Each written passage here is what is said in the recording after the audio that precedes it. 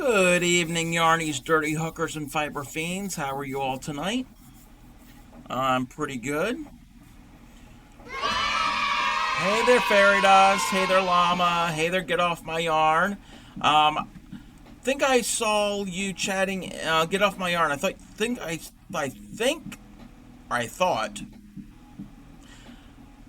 you were chatting in the Traveling Tatters stream.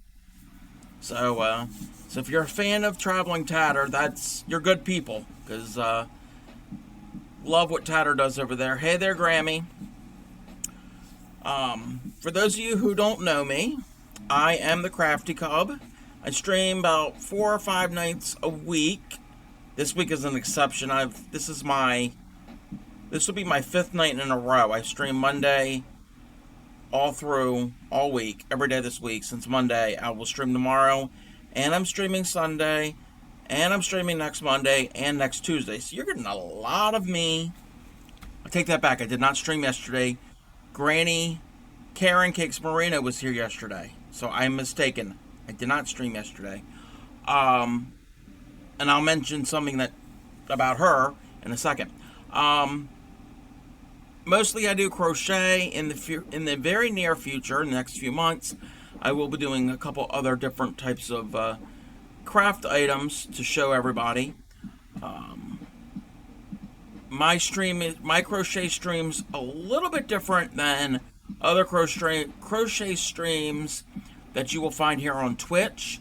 Mine is education based, so I teach a lot of different patterns and different stitches. At any time, if I'm working on something, if you have a crochet question, let me know. I can stop what I'm doing, pick up another ball of yarn, because there's plenty of balls of yarn in this room. Get another ball of yarn, get a hook, and try to answer your question. If you're a new crocheter, even better, welcome. I'm willing to go back to basics and teach you the beginning stitches. I could do anything from granny squares, which are a big favorite here on the stream. We do blankets. We do textured stitches. What else do we do? We're venturing into the world of amigurumi. And for those who don't know what an amigurumi is a Japanese term for anything that's crocheted or knitted, meaning cute toy. And it's not really showing up. This is an amigurumi acorn that I did a few weeks ago. A lot of amigurumis are little cartoon characters and little animals and stuff. I don't do any of that. I'm venturing into it. So I have done this. I've also have been making some pumpkins. And what we're going to be doing tonight is part 2 of our stream from Wednesday night. Wednesday night we started it. Part 2, we're making this cute textured braided 3D stuffed pumpkin. Before I get into any of this, just also want to let everyone know I do have a YouTube channel. All of my streams are uploaded directly to the YouTube channel after I'm done streaming, so you can go back and watch past streams. And if anybody wants that link, you just type in, and I'll do it right now. It'll come up periodically through the stream. Type in YouTube, !YouTube. That's the link for my channel. They're unedited, so what you see here on stream is how they're going to be on that channel. I don't do any of that. I just put a description, upload it, and go from there. I also have a Discord. If you want to join the Discord, we post pictures of our whips and our foes, and it doesn't have to be just crochet. It could be anything that you're working on. It could be knitting, it could be quilting, it could be photography, it could be whatever you want. We got a small community over there. We try to, if people have questions, you can ask questions. Hopefully there might be somebody there that might be able to answer your questions. Also, I have a merch store. If you're interested in any of my merch, it's a Teespring store. I've got 2 different t-shirts, 2 32-ounce stainless steel water bottles with like a removable cap and a straw and that type of thing. And two, and the latest thing I've added are 2 zippered accessory pouches that you can put your crochet hooks, your short knitting needles, because it's not big enough for a full-size knitting needle, stitch markers, scissors, rulers, tape measures, safety pins, whatever you need, all your notions. So check those out. They do say Proud Dirty Hooker, because this is the channel and the home of the Proud Dirty Hookers. We are Proud Dirty Hookers because apparently there are people that wash their hooks, and I have never washed a hook in my day in my life, so I'm proud of that. I think that's all the announcements so far. Let me catch up with chat. Fairy Dust asks Grammy, question, I ordered a crochet kit from Hirschner's. Are they good about having enough yarn in their kits? She would be the one to ask. I think she might have ordered a kit, but I think she ordered the kit for the yarn, not necessarily to do the pattern. I could be mistaken. You'll have to ask her. I want to learn more textured stitches for shawls and blankets. I'm not tooting my own horn, but this is the place to go. We have done... I've done some shawls and blankets. I haven't really taught those specific patterns, but I will teach stitches for certain ones. Usually don't teach large projects, but that could be that could change in the future. YouTube is where you've learned most of my yarning. Yay for YouTube! Yay for yarning. I learned how to crochet about 20 years ago from actually one of my followers. She hasn't been in a while. Crojo Mojo taught me, and I have since taught a couple other people. I've taught one of my other mods. I don't think she is around at the moment. If you see Clay Miko come in here, I taught her how to crochet. And I'm still learning myself. I'm still learning crochet techniques after 20-some years. So it's always evolving. Get Off My Yarn says, I crochet, knit, spin yarn, dye yarn, used to do cross stitch, did some weaving, just learning shuttle tatting. Okay, you're right up my alley. I basically know how to knit. I know how to do a knit stitch and a purl stitch. I'm very slow at it. That's all I know how to do. I don't know how to do anything else. I can do row back and forth.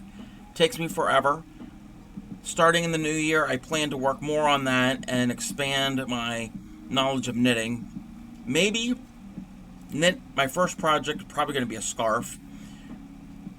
Spin yarn. I've dabbled in spinning.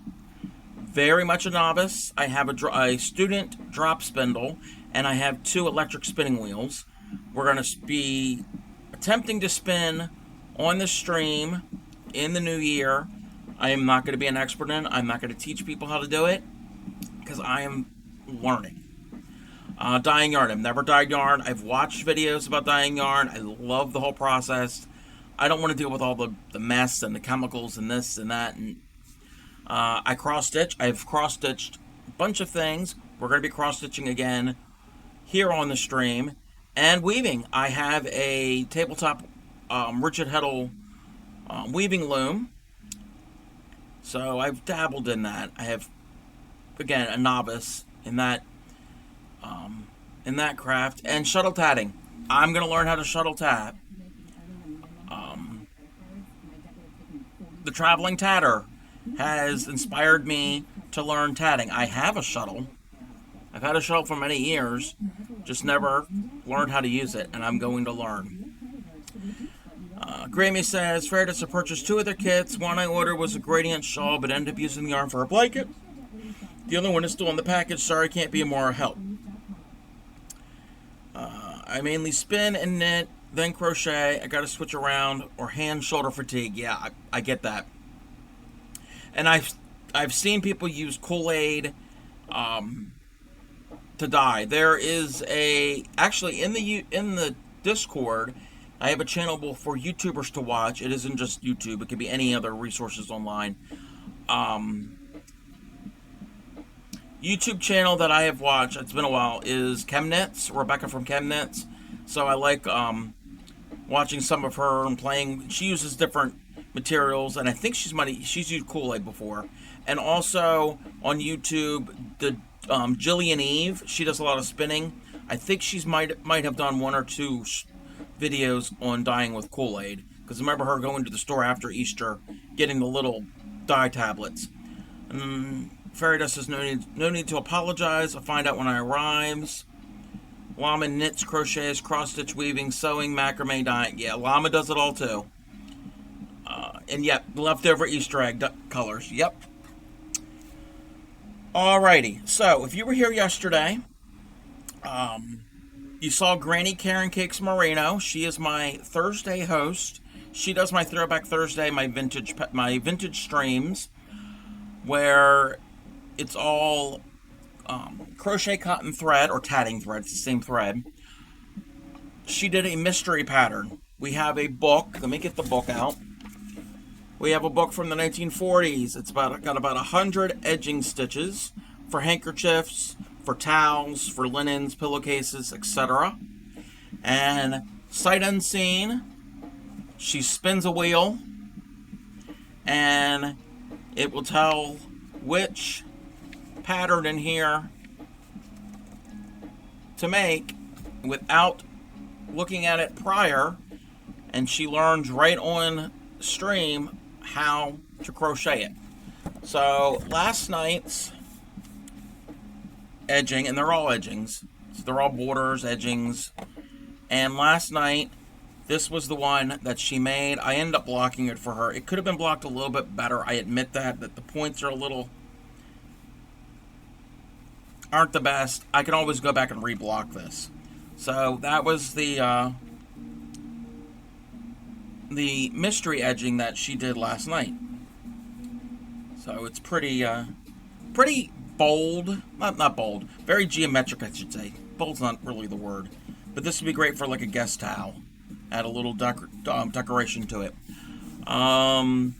Get Off My Yarn says all you need for dyeing is heat, acid, and color. Easiest low chem is food coloring and vinegar. Yep. You need the acid to set the color. That I do know. Oh, speaking of spinning, I do have the spinning wheels. One thing that I'm doing is I'm collecting it, and I don't have it here. It's actually behind me. And I've done it on stream, and I've kind of demonstrated how to do it. I'm not an expert. I'm learning. And I primarily use acrylic. So I save all my scraps. This is my scrap or my schnibble jar. And I'm going to, well, that's probably too short, but I'm going to separate them into the colors, like all blues, all reds, all whites, etc. And then I'm going to take cards, fiber cards, and open up the fibers and turn into fluff. And then I have a blending board that I will make up rollags, and then I'm going to spin from that. So I'm going to attempt. I've only ever spun with acrylic. When I first got my electric spinning wheels, when was it? Last year, the year before, whenever it was. I wanted to do something economical. I didn't want to go out and get really nice, expensive, prepared wool. So they had it on clearance. I went to the craft store, and at the time they had jumbo roving style yarn that was barely twisted. So I untwisted it and ended up spinning that. So I'm getting the process of it. You don't like acrylic? Yeah, I like crocheting with acrylic because it's affordable. But I do like natural fibers. So I like both. But again, as practicing with the spinning wheel, I wanted something to practice with that wasn't going to break the bank. And just to get the hang of it, and then eventually I will get some natural fiber. When I got the spinning wheel secondhand, they're electric eel nanos. The seller also put in a couple little bundles of blue face Leicester, so I do have some natural wool. So at some point I am going to spin that. But With this, I'm saving all of my scraps. Nothing goes to waste. This will all turn back into yarn at some point. Minus these little... That piece is too small to actually spin. It's not going to take the twist. So, alrighty. So let's move this out of the way. Thank you, Granny Karen, for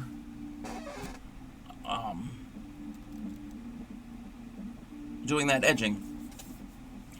Grammy says to Fairy Dust, sure wish Hirschner's didn't use FedEx for shipping. Last order, which was a small order, under $30, was filled in 2 days, but was in the hands of FedEx for 6 days. Ridiculous. I could have driven to Wisconsin and back to Maryland twice in 6 days. Depending on the time of year. This time of year, you could do it, but you're cutting it close. Because their winters start early. Got a new Nano and a 6.0. I use the Nano for singles and the 6.0 for playing. Very, very nice. Yeah, I have 2 of them. My plan will be, and I've only ever spun 1 bobbin in singles. My plan will be, I will have 1 that will be for singles and the other one for plying. When I get to that point. So... But that will be,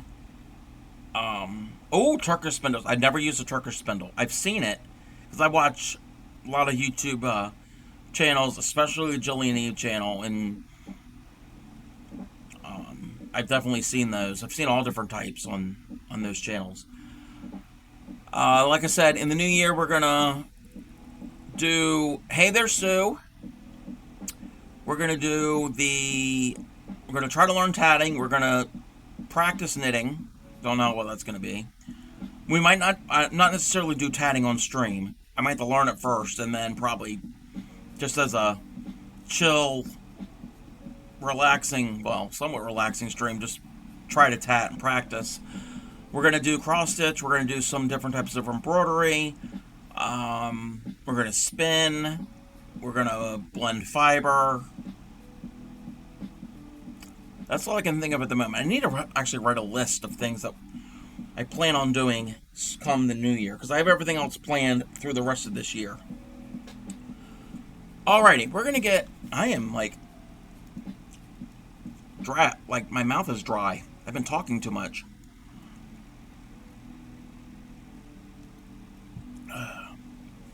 Shipping has been quick for me, but the majority of the yarn I've ordered has come from Amazon. You usually have to allow 1 to 2 business years for delivery. I wouldn't dare snow before Halloween in that dreaded region. Alrighty, so we're gonna do the second half of our pumpkin. So this is what we did Wednesday. We did literally half of it. Now we're gonna do the other half. Hey there, Mama Rita, how are you? This pattern is not my pattern. This is a free pattern, and if you type in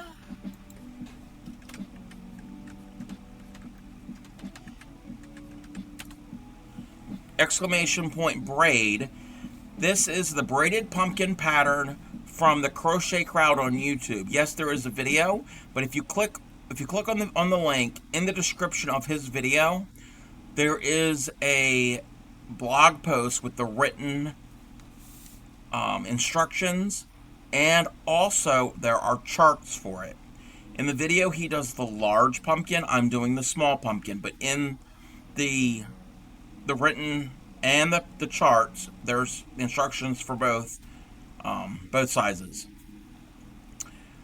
I'm pretty good there, Mama Rita. Fairy Dust, usually quick delivery, but not this past time. 2 days in Chicago and 3 days in Ohio. Yeah, FedEx can be like that. Alrighty, so I am on row 15, and 15 does a single crochet, and then the braid stitches, and let me zoom in a little.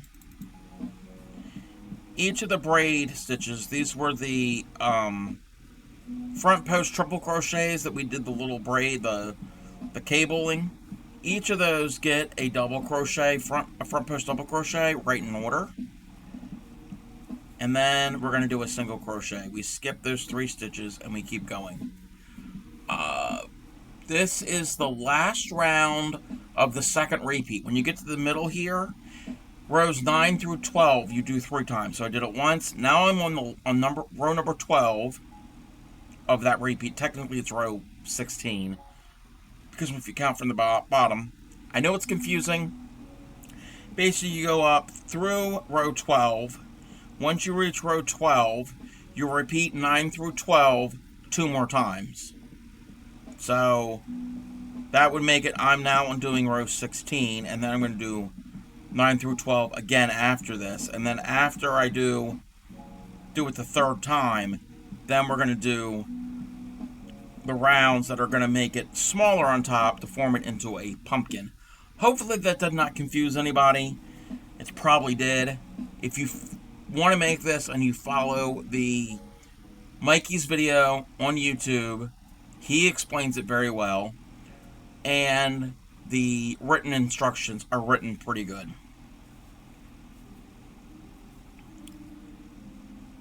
Yeah, I like Mikey too.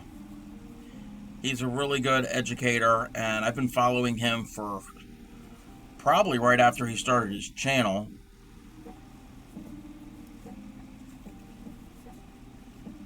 So that's all this pattern is. Oh, I didn't put my stitch marker in at the beginning. Something that I do is I put on these rounds, I put a stitch marker to mark the beginning round, just so I know where to end. I gotta get around this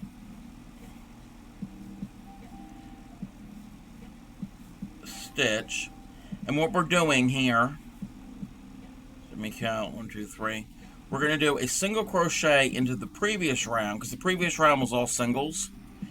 We turn each time. So anytime we do the wrong side, we're going this way, and then when we're done, we turn. So we flip it back and forth.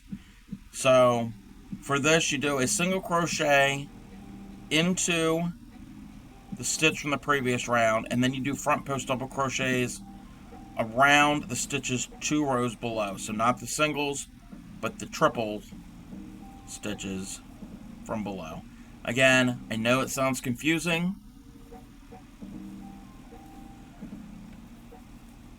I would definitely refer to the pattern and to his videos for this project.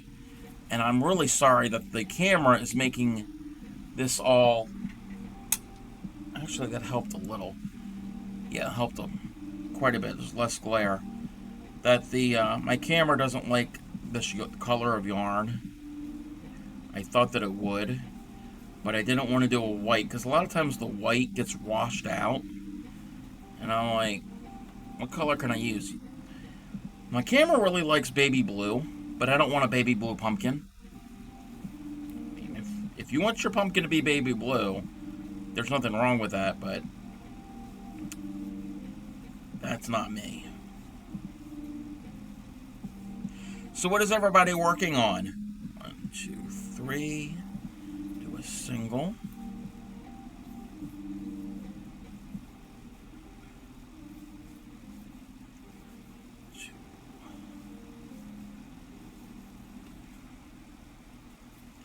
And I'm just using some worsted weight yarn and a 5.5 millimeter hook. Obviously, you're going to adjust your hook accordingly. This one, I don't think gauge really matters as much, because, I mean, I guess it does. If you wanted your stitches to be a little tighter, you can use a smaller hook. But it's not like it has to be an exact size, because this is a decorative piece, or a little, I don't want to call it a plushie, but I guess if you wanted to, you can snuggle up to this. I mean, practicing tatting, about to take a break from it, not sure if I want to knit or crochet and what. Always good to practice. Again, I'm going to learn. Grammy is adding a border to a corner-to-corner blanket and rotating loads of laundry. And Fairy Dust is working on a cardigan. When my yarn comes in, I'll be doing a blanket and a hat for commissions and a baby blanket for a gift. Nice. Is it that cardigan that you had sent me the link to?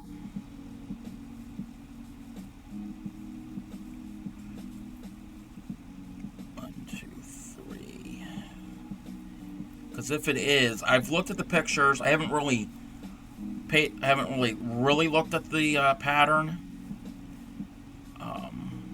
From the pictures, it looks something like I'm looking for. Playing some Genshin, having a pretty bad luck. Oh, I'm sorry that you're having bad luck. Yes, I'm nearly finished with the back panel. Well, you'll have to let me know how it goes. Yeah. I have to, if I'm going to actually use that pattern, which it's a possibility, I got to find yarn that I would want. And I don't want heavy yarn. I don't want like yarn that's super warm and insulating, because I get warm very easily. Words. It's a common thing for us streamers. I know that's happened to a bunch of us lately. You click that start streaming button and you forget how to speak. Llama's trying to get better gear for your character. I'm getting pure garbage. Ugh. Might work on my corner-to-corner blanket for something easy and mindless. And Grammy says to Fairy Dust, sounds like the commission work is keeping you busy, off the streets and out of trouble.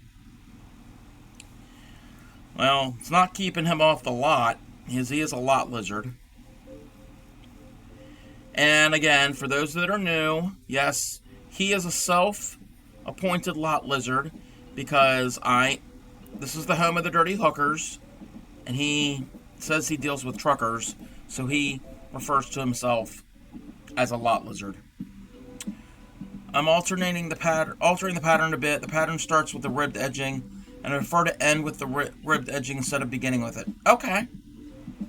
Yeah, I'll have to try it, because I've never made any wearables besides hats and scarves before, and the sock pattern, which I need to get back to that. I actually need to start getting back to it soon, before it gets too cold. I want to wear them for the winter. First time doing a sock, and I don't have it with me. It's actually hard to get to, but this is what I'm making the socks out of. It's a mostly merino wool. It is this really pretty yarn that Clay Miko had given me, and it's got some sparkle in it, so I'm going to have some blingy socks. I've never made socks before. And I found a pattern for crocheted socks that aren't really textured on the inside. It uses the herringbone half double crochet stitch, which I love that stitch. So the inside are mostly smooth, the outside has some textures. So I need to make an adjustment on it, because my foot is thicker, so I have to add some rows. Alrighty, so that was round number 12, and I have to do 9 through 12 again. So 9 is just single crochets, but for knitting them over crochet, yeah, I've heard a lot of people prefer that. Again, I'm not to that point of knitting. I barely know how to do the knit and the purl stitch. So at some point, if I get better at knitting, I might attempt to knit a pair of socks.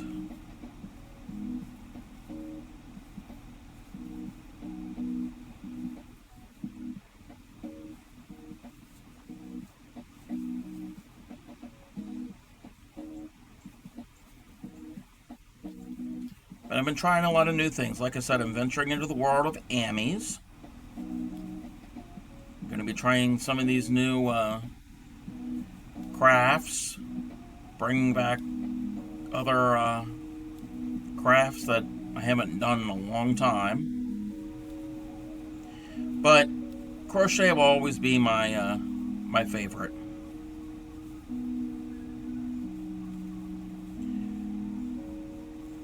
I'm much faster, obviously, crochet because I've had more experience with it. There are a few other alterations I'll be doing. It wants you to seam it with a whip stitch, and I will do a single crochet seam. I'll probably also work it where I do the sleeves in the round instead of having to seam them up as well. No major alterations. I prefer making useful or wearable things. Yep. Speaking of useful, that's another thing that we do here on Saturdays. Tomorrow, Saturdays is devoted to Project Linus. Project Linus is a nonprofit in the US and Canada that accepts handmade new blankets, either quilted, knitted, crocheted. There's a whole bunch of other different ones. I really need to go and look at their website. I say that every stream, and I never go back and look at it. But they take in brand new handmade blankets and they donate them to children from ages 0 to 18 that are in need, seriously ill, traumatized, homeless, etc. So it is a good cause. I've made 2 of them already and donated them. I've got 2 others in the works. I've got a whole bunch of other yarn earmarked for them. Grammy ETC has made a whole bunch and donated. So that is what we do on Saturdays. And another thing that we're bringing back on this Sunday, we're bringing back my temperature blanket. Temperature blanket is a personal project. Started it back in January, and it's going to go through the rest of this year. I had to put it to the side during the summer because it got too stinking hot to deal with it. But now that it's cooled off, we're going to be going back to it. Alrighty, that was round number 9. Chain 1 and turn. So, single in the next.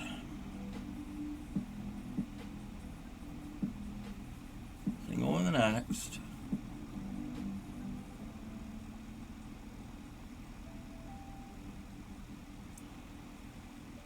Okay, this is where we do the front post the front post triple, and we do the cables. Again, I don't know how well this is showing up on camera.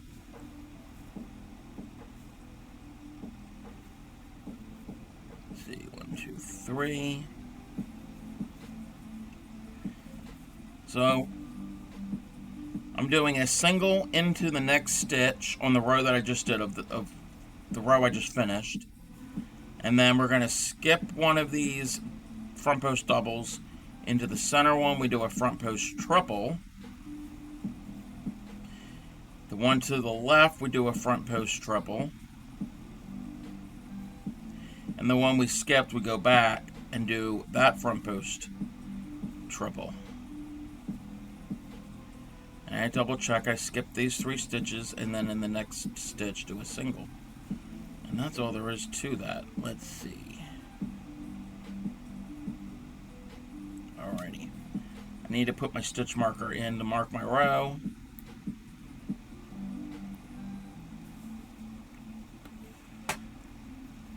Alrighty.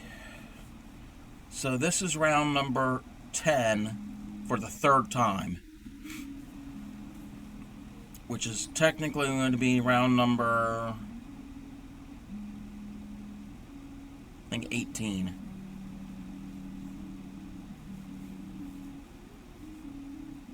Hey there, Spy Guy. Sloppy gonna say hello. Sadly won't be able to hang around and chat much. We'll keep tab open for views. Thank you for the lurk. Oh, you're welcome. The lace edging that Granny Karen did last night. Very, very pretty. For those of you who do not know the Spy Guy,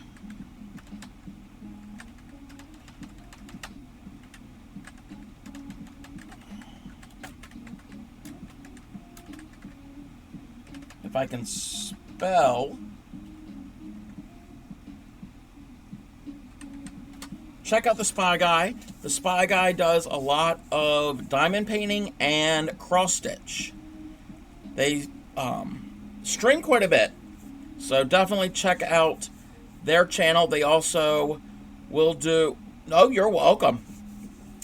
They will also, from time to time, they have I think you have a redeem where you will sing, and I think you have a redeem where you will play the kazoo. So it's just not fiber arts and diamond painting over there. So definitely check out the Spy Guy.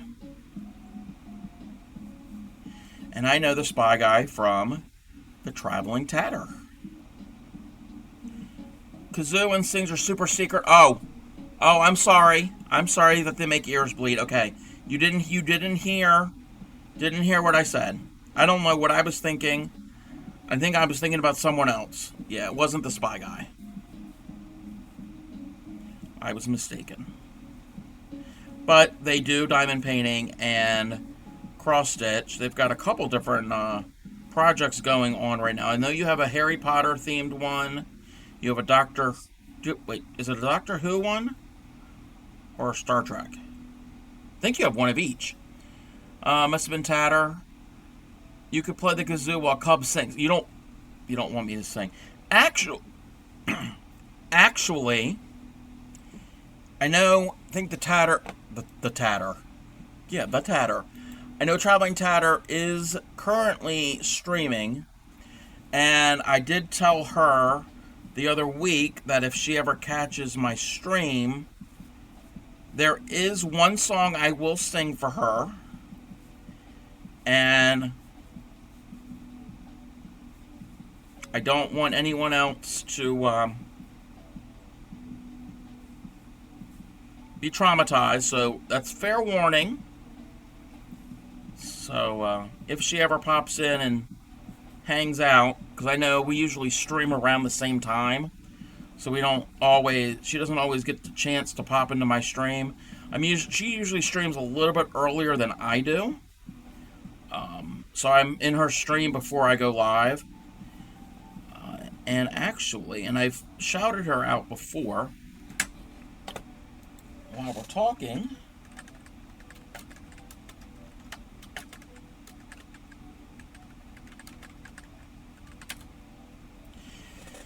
Definitely check out the Traveling Tatter if you want to learn anything about tatting. She is very proficient in tatting. She makes some beautiful things out of the same type of thread that Granny Karen makes the edgings, the doilies. She's helped you a lot. I'm not saying one way or the other, that Spy Guy.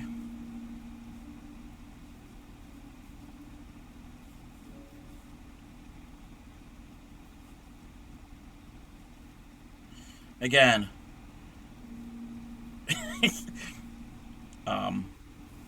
regardless of what I sing, it's not pretty. I have never been able to sing.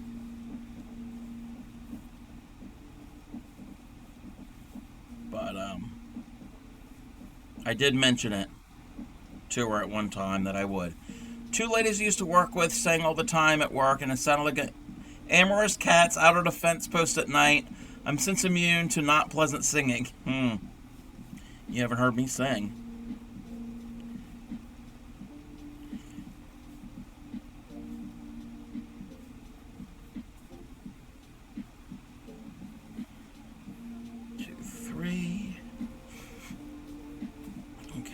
This is round 10. I gotta remember it's 10. Because the way they number it, they don't number like 13 through 20. They just say do 9 through 10. 9 through 12 two more times. So it jumps from 12 to 21. So I gotta keep remembering that I'm on round 10, but the last time we do round 10. And it'd be the same thing for 11 and 12.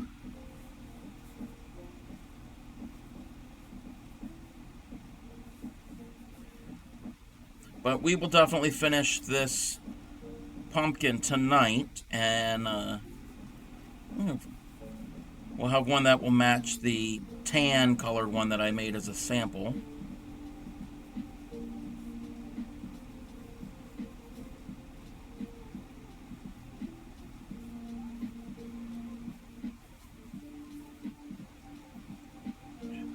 But yes, thank you for the lurk there, Spy Guy. I understand if you've got things you need to do.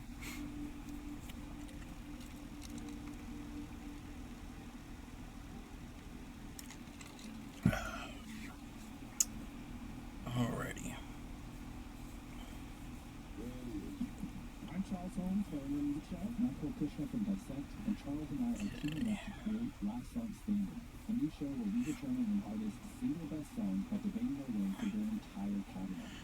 Most definitely, Spy Guy. I will definitely check out your stream when I can. 2, 3. Listen to Last Song Standing on the Dissect podcast feed only on Spotify. On the Granny Project? Oh, when Granny Karen did this. Yeah. That's all her work. So you have to, I will definitely relay the message to her. With all the vintage. I blocked it for her. The blocking could have been better. It's a little... I need to spend a little more time blocking it. But that's the good thing about that, is I can always go back and reblock it.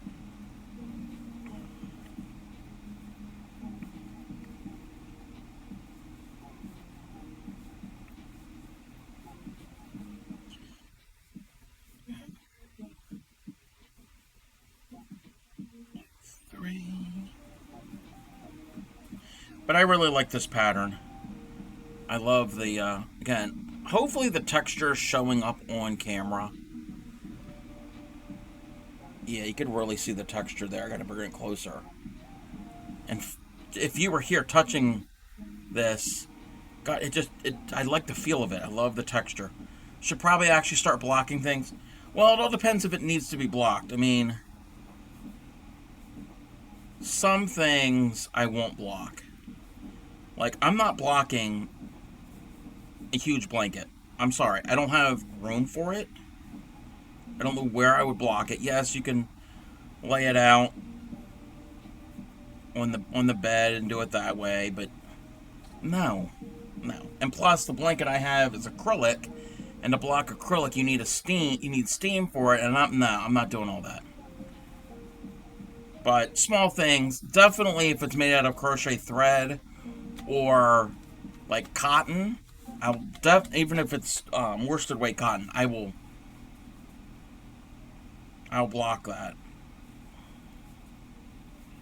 Same thing if it's a natural fiber like wool or whatever. Again, but depending on what it is. You like the feel of the cables? Yeah. And again, this is my first experience doing cables in crochet. Alrighty, we're here at the last couple. Oh, nope. I gotta do the cable. Like, we're going around the wrong stitch.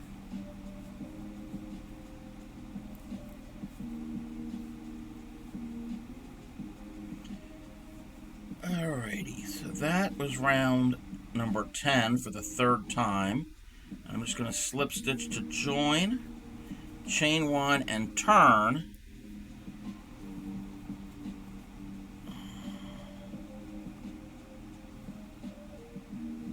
Alrighty. And we're just going to do single crochets all the way around. And this is round 11 for the third time.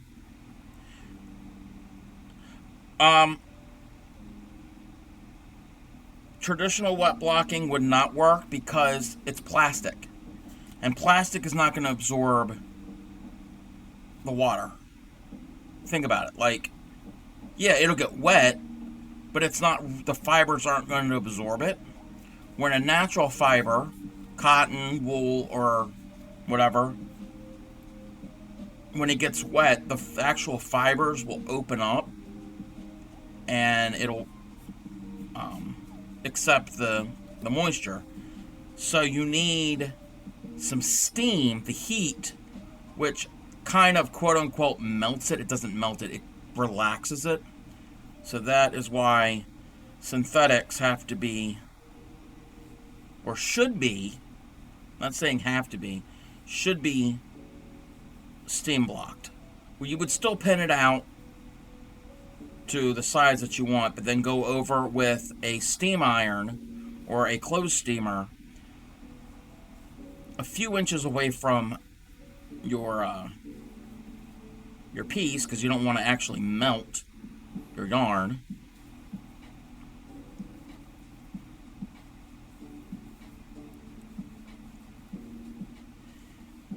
And what blocking will do is it will reshape your piece and make the stitches lay where they need to. And then when it dries or cools off, it will retain that shape that it was pinned into. Because a lot of people would think that you can't block acrylic, which, yeah, traditional. And all I use is I got a spray bottle with tap water. I just spritz it. But again, that's for cotton or natural fibers. That's actually a pretty good pattern for your first project with cables. A lot less crisscrossing, but you get good functional knowledge of how they work. Yes. Yeah, because you're only doing it every fourth row is where you do the cable. And you're only doing 3 of them. And like you do a cable and then you do a single crochet and then you do a cable.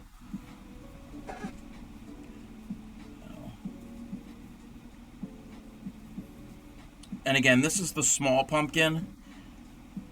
Mikey from the Crochet Crowd also has the pattern for the large one. So maybe at some point off stream, if I want to, I might make the large one and then I'll post pictures of it. I'm not going to stream that one.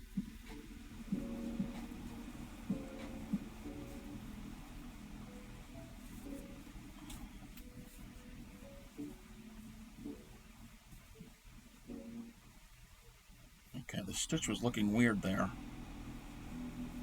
It's like, is that really the end?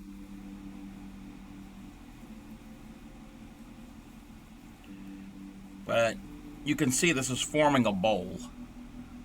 Definitely a pumpkin shape. Now, when we actually stuff it and cinch it all up, it's going to be flat. See how it's more of a squatty type pumpkin instead of a round ball shape.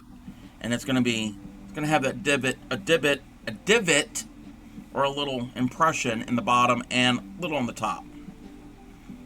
So that will happen when we get near the end and fill it, and we'll shape it.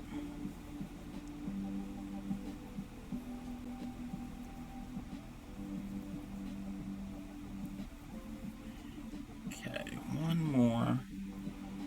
Okay, that was round 11 for the 3rd time.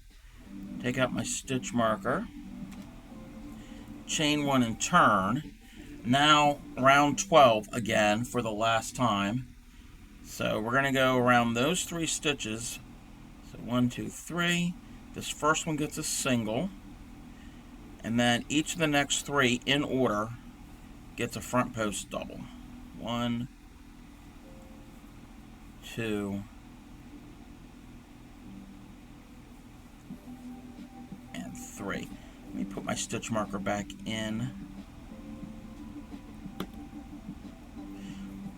But I plan on doing, oh, I lost that stitch. I plan on doing more projects with cables. 3.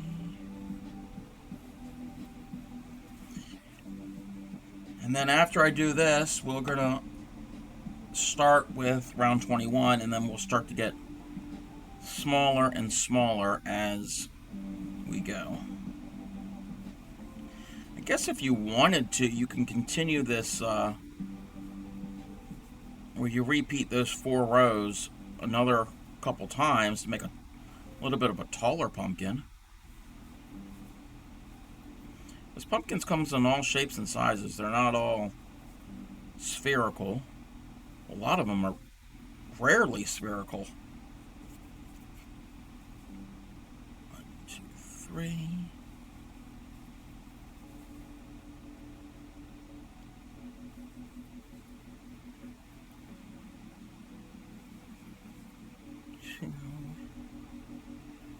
And 3. Do that there.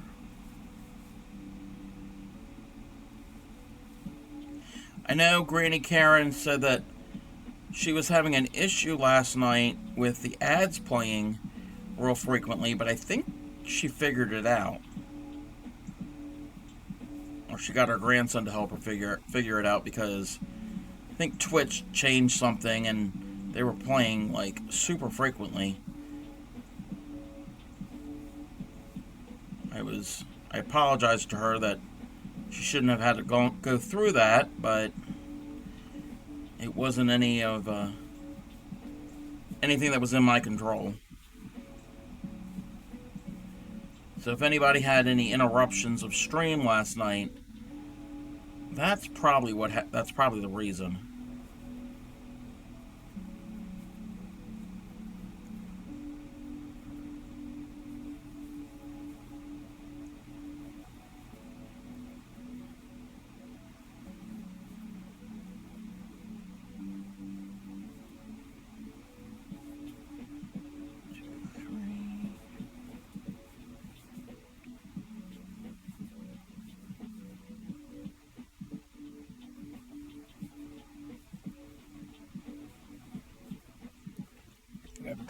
Well, I moved things. I was going to say I needed to go and check my stash of yarn, orange yarn. I think I have a whole nother skein of this orange yarn, because I'm going to need it for my temperature blanket, because orange is the color for anything time ahead. Temperatures in the high temperature in the 80s, and that happened a lot this summer. I've already gone back and checked the weather records for my area and recorded it on my own. I have a calendar and I color code all the temperatures. So I did that the other night. So on Sunday, when we do that, I'll be all set. We're going to have an ad coming up in about a minute. And I think I have it set, if I'm correct, they're only going to run for a minute instead of 3 minutes. I think I have it so it's set so it runs once an hour for 1 minute. Hopefully that's the way it's going to work.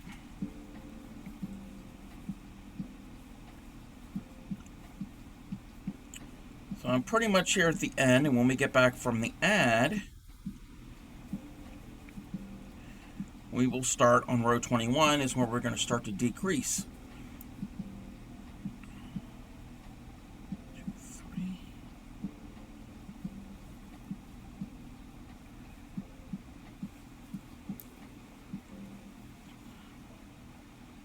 It's actually a pretty good pattern for you. Oh. Alrighty, I will be right back after this ad break. Don't go anywhere.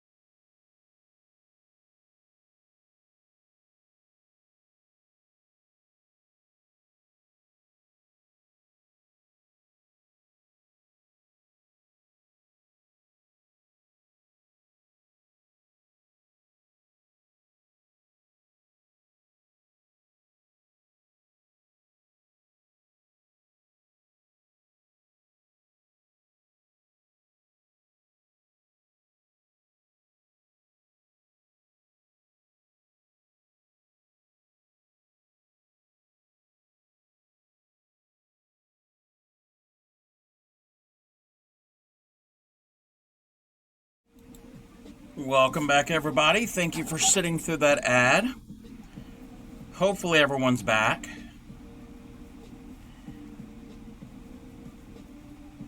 Greatly appreciated. It definitely helps my channel. And hey there, Tatter. Thank you for the lurk.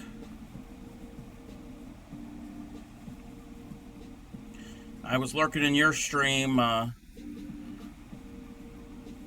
earlier. Well, I was chatting with you too, but then I was lurking, getting ready for my stream.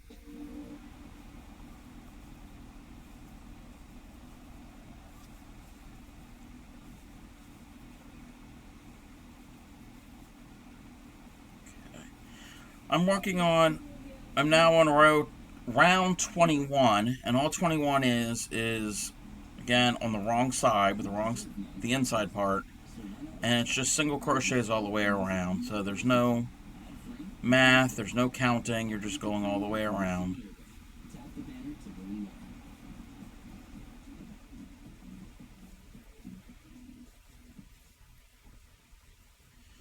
This is row number 21 of, did we say 30?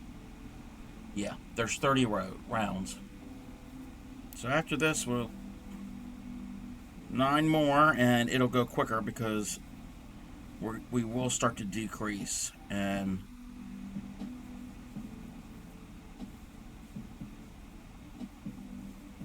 it'll cinch in more towards the top.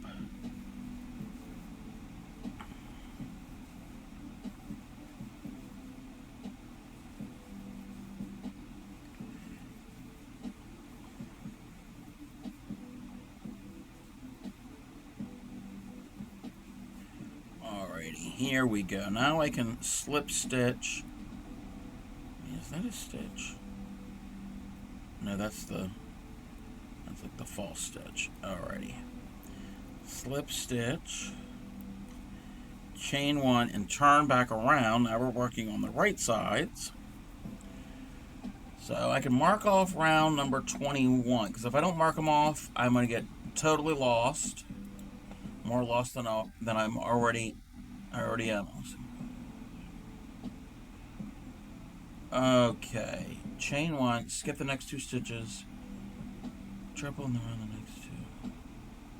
Okay, I gotta look at the chart for this one. So we are doing round number 22.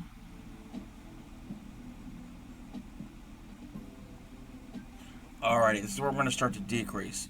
We don't do single crochets. We're going to go right into the cabling. Right?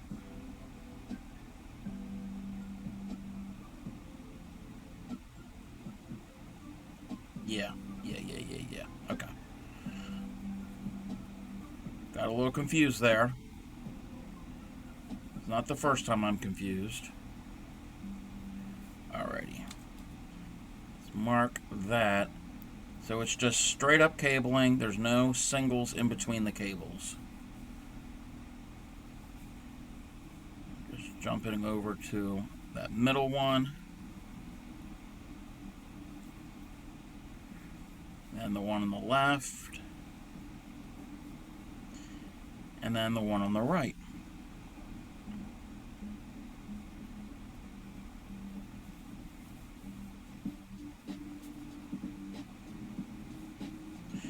So we're going from, how many stitches were in that last round? 60 stitches down to 45. All in one round.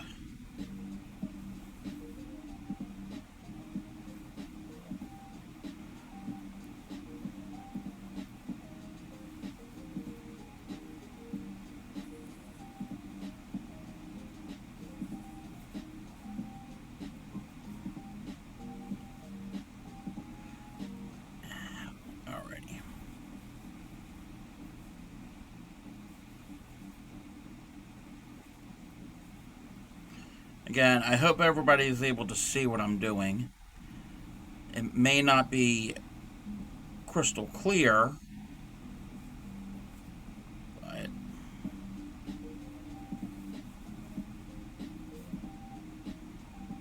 kind of get the idea of what I'm doing. I know a different color yarn would be better.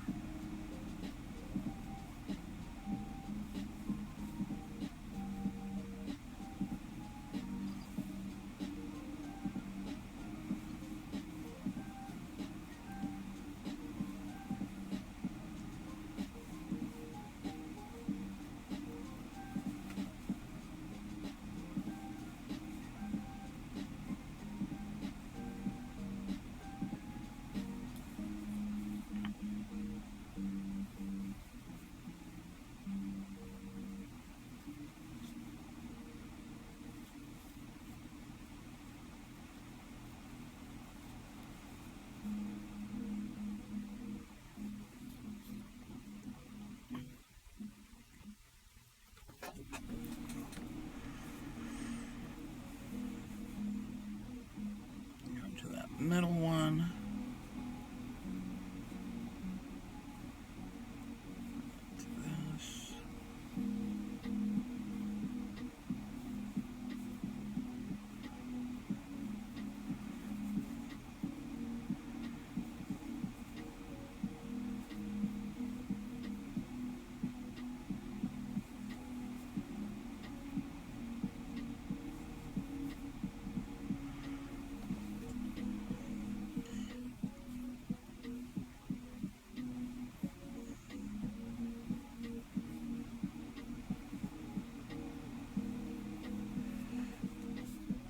I'm already starting to notice that it is getting smaller as I do this round.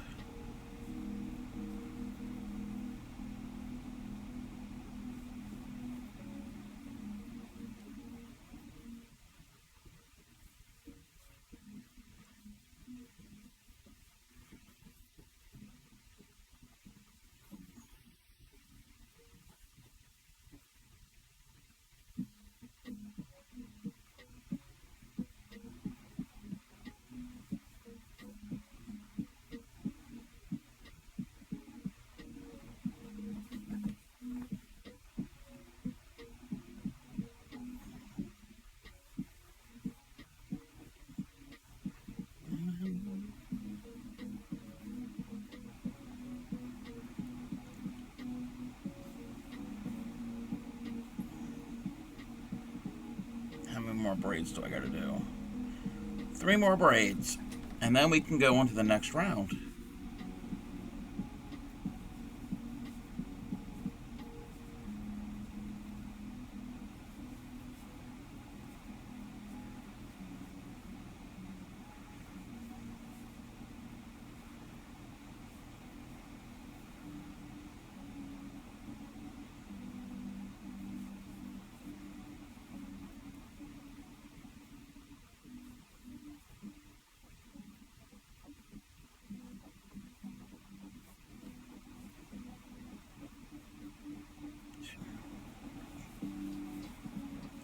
One more braid to go.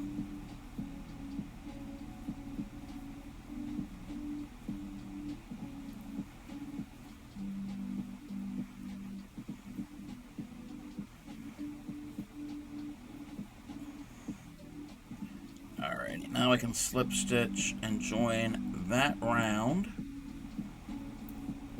Take out my stitch marker. Oh, not the hook. Chain 1 and turn. So that was round number 22.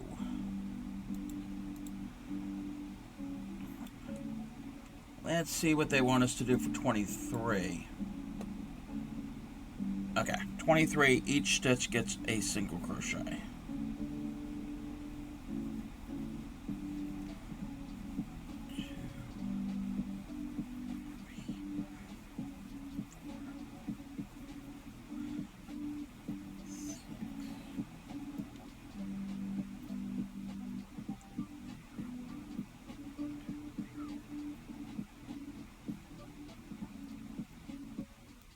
There we go.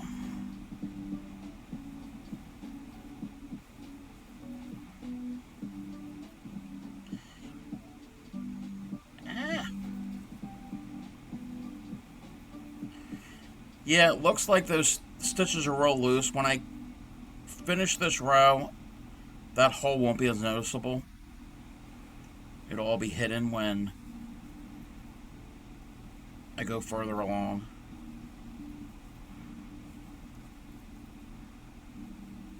That's because I had to do like an extended thing for those cablings.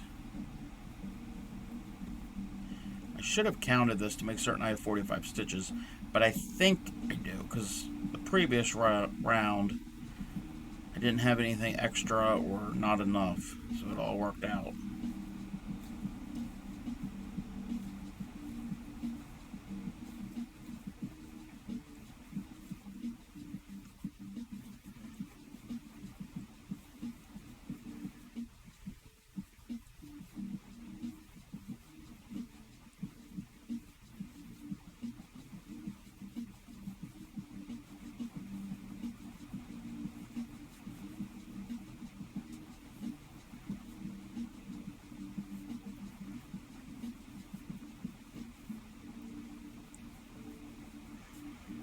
Alrighty. We're almost done. Round number 20. What did we say this was? 23.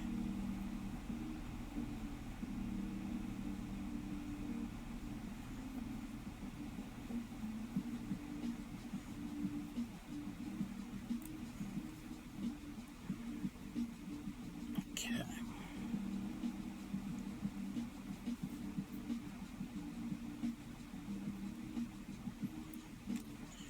Chain one and turn. Now we can do round number 24.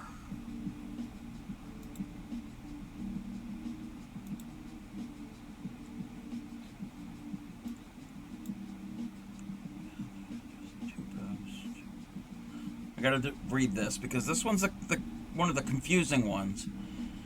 Just using the 2 posts below with this round double from the next stitch. 2 together using the next 2 stitches. Alrighty. For this one, for these 3 cable stitches, the first one, is it the first one? The first one gets a front post double, and then the next 2 are front post double 2 together, which means wrap like a double, go around the first post, bring up a loop, yarn over through 2, then yarn over, go through around the next post, bring up a loop, and then you got 3 on the hook, yarn over through all 3. Okay, that's that. So we went them 3 stitches down to 2 stitches. And then the next 3 all get a front post double all by themselves. So 1, 2, and 3. The next 2 are front post 2 together. That's 1. And then go around. This is the round that's a little complicated. We had a round that was like that earlier when we first started this. So that's one segment. Remember, there's 5 segments. So this next one gets one by itself. And then these are front posts 2 together.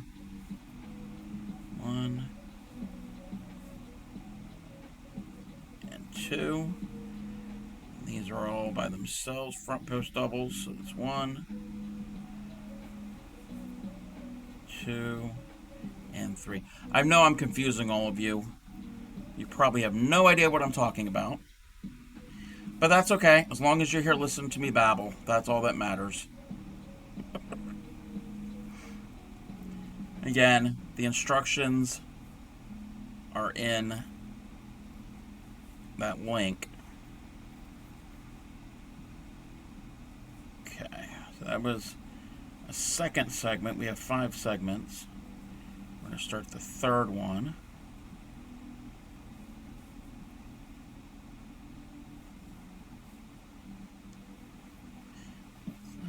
And then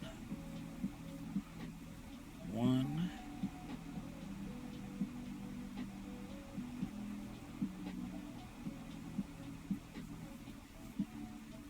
2, and 3. And then these are the ones that are together. 1, and get the second one. That's that. And then this one goes by itself. That's the third segment.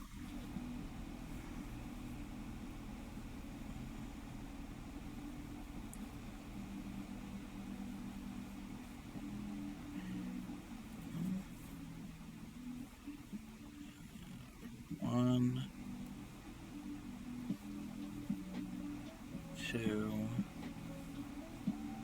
3. And these are 2 together.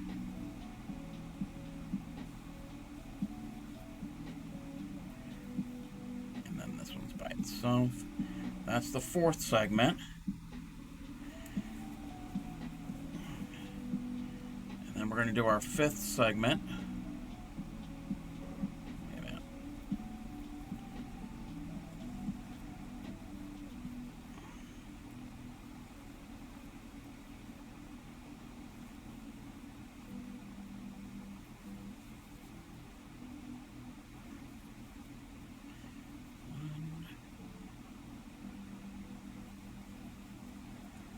Two, 3, and then these are the 2 together,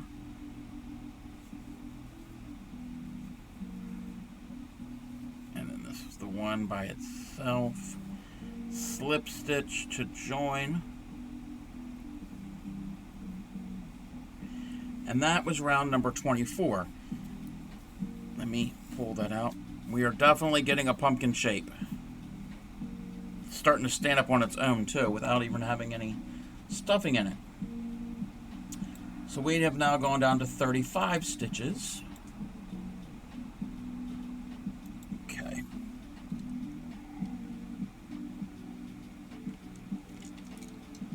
Let's double check this.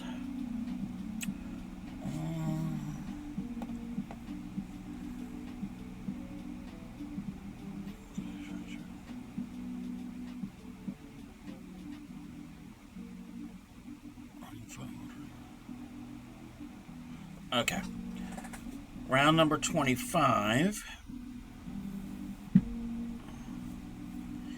Chain 1 and turn. And then each stitch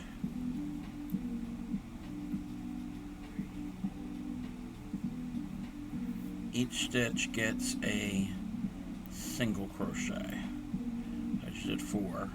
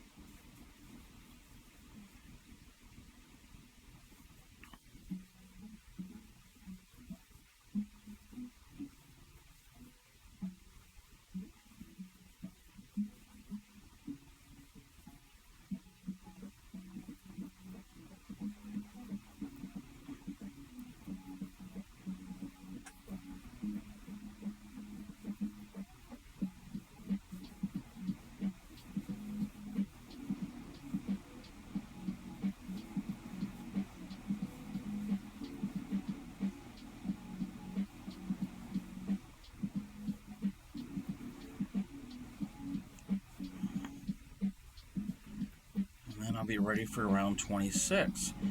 Getting closer to that finish. Closer and closer as we go. Okay, chain 1 and turn. Row 26, using just the 2 posts below. There's 2 posts there. Double crochet, front post together. Okay. So around these 2. Double crochet, front post together. So we went from 2 down to 1 stitch. The next 3 each get 1. And these are front post.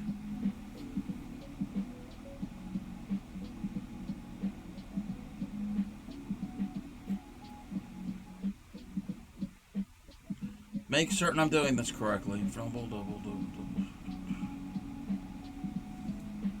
Review the chart. We are on 26. Wait, are we on 26? I can't remember what we're on. We're on 26.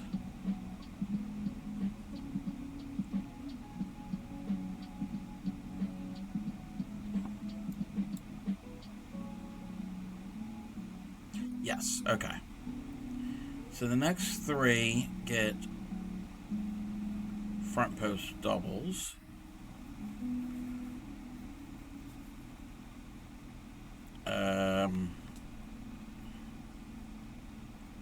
Okay. The next 2 get front post 2 together. So that's 1 segment. The next 2 get front post 2 together.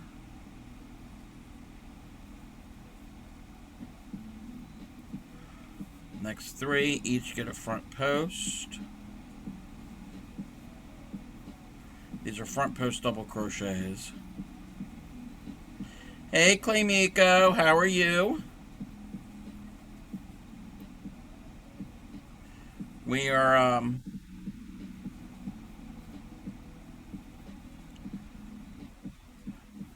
finishing up our braided pumpkin that we started on Wednesday. I know tonight was not a scheduled stream night. Neither was Wednesday. But since I didn't stream on Sunday, everything got pushed back. Oh, wait a minute. I'm doing that entirely the wrong way. Everything got pushed back by a day, and I didn't have enough time to finish this on Wednesday. So we did half of it Wednesday, and then the other half today, because didn't do it yesterday because Granny Karen was here yesterday.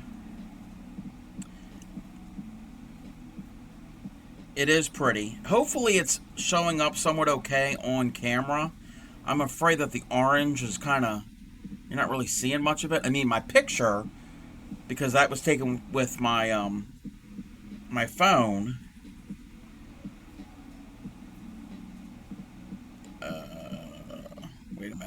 Wait a minute. I'm trying to talk and crochet at the same time, and that's not a skill that I have mastered 100%.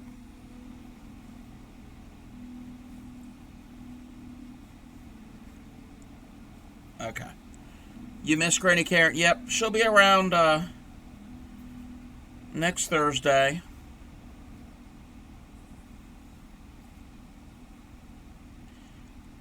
When I get to the end of this round, which is coming up soon, I'll show you what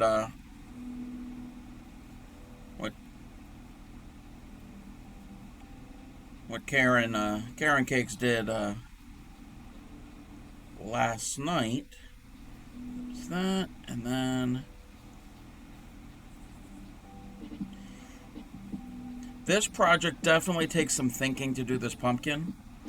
So 1, 2, 3. Okay, we've got one more segment to do, and then this round will be done, and we're one round closer to being finished.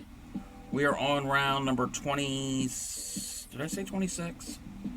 26 of 30.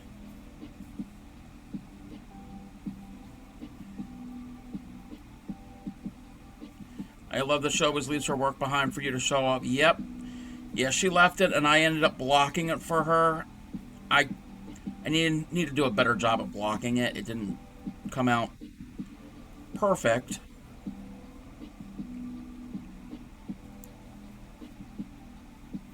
Alrighty. So now I can slip stitch to join. I'm gonna chain one and start this next round.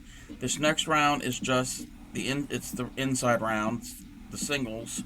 So it's all singles in each stitch.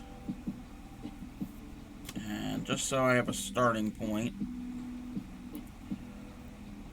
1, 2, 3, 4. Alrighty. So, we're getting the pumpkin shape. Definitely getting it.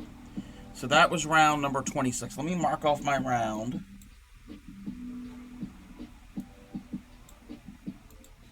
And save that. So, alrighty. So this is what Granny Karen did last night. It was a mystery pattern. So it was this mystery edging. Again, the blocking could be a little bit better. I don't like the points, and I'd have to really spread out these stitches. They're not 100% even. But I'll have to end up redoing the blocking for this. So I kind of like it. It's geometric, kind of bold. And I think this was listed under the section for edgings for towels. I can see this as not necessarily on the bottom edge, but maybe up a little bit, up a couple inches off the bottom, just as a little decorative detail. And this, you do your sections as you go. So like, you don't do your whole chain. So you make this section. And if you want more, you do another. And you keep going these sections. And once you do the section, then you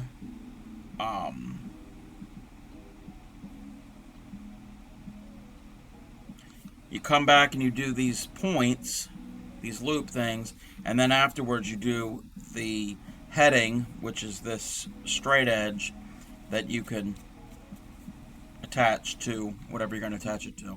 So again, it needs to be blocked a little bit better. I will show you the picture of in the book.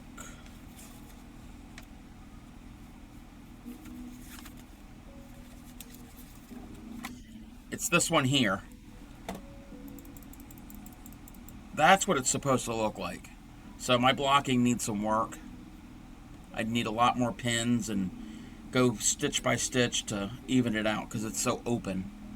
But that's what Granny Karen did last night. Alrighty. So what's going on, Clay Miko? Are you working on any projects at the moment? I know you've got a lot going on.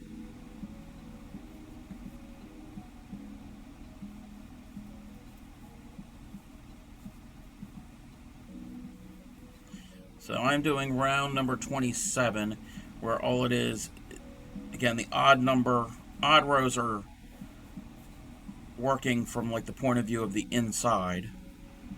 And they're just singles. Pretty much singles in each stitch.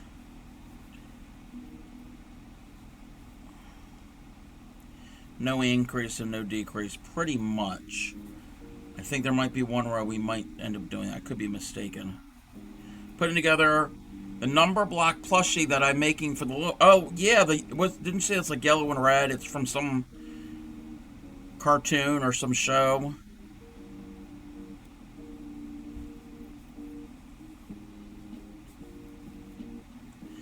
Did you get stuffing for it?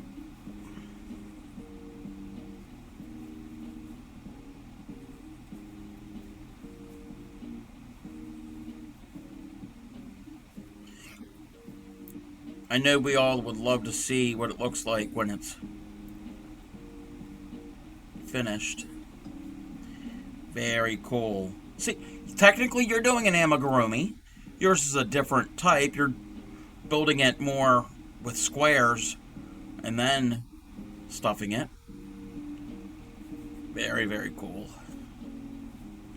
Alrighty, so that was round number 27. So 28, single crochet together the first... Wait. I gotta look at the chart. Because some of these I do better with when I look at the chart.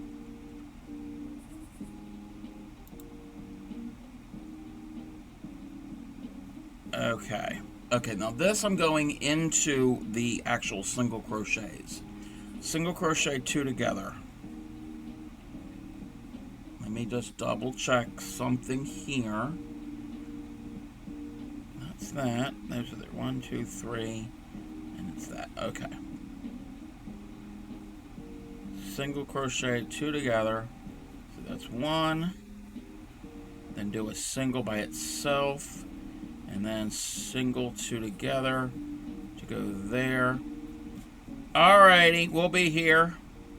So I did 3 stitches to that first one here. Okay. Do a single 2 together, and we're working into the single crochets. We're not working into the cabling anymore. 1 single by itself. Okay, do the single by itself. And then this is 2 together. That's a second section. I think that's a second section.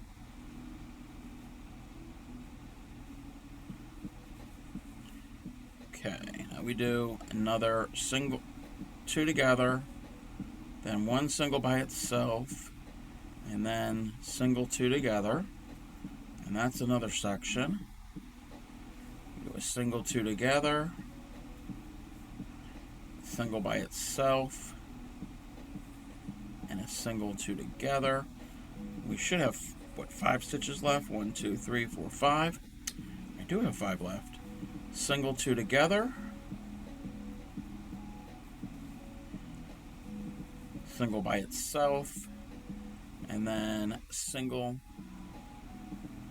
2 together. So definitely getting smaller here as we go.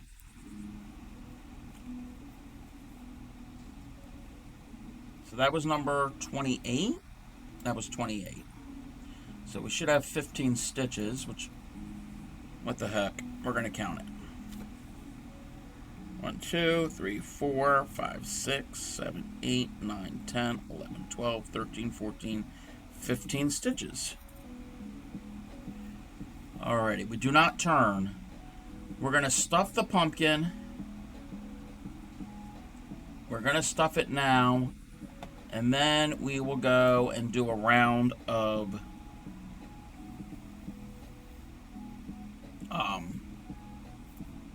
singles. So it's kind of looking like a pumpkin. When we stuff it, it will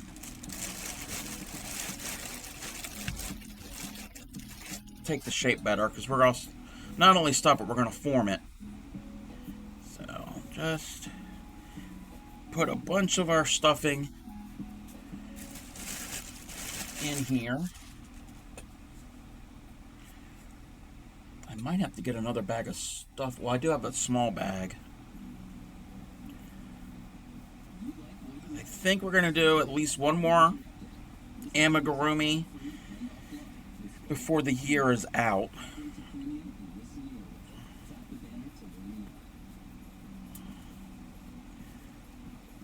And you can stuff it as full as you want, or as light as you want.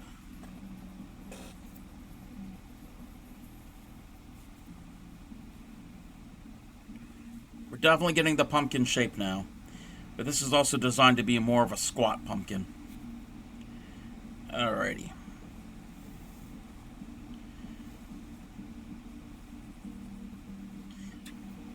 If I need more, I can always add more before I completely stitch this up. So around 29, each stitch is going to get a single crochet. Let me just double check something. 1, 2, 3, 4, 5, 6, 7, 8, 9, 3, 4, 5, 6, 7, 8, 10, 11, 12, 13, 14, 15. Okay. We're just going to single crochet for 15 stitches. So that's 1, 2, 3, 4, 5, 6, 7, 8, 9, 10, 11, 12, 13, 14,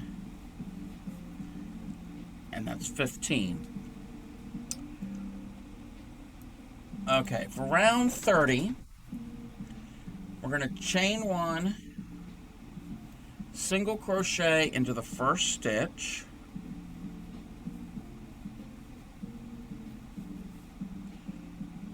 single crochet 2 together all remaining stitches. Okay.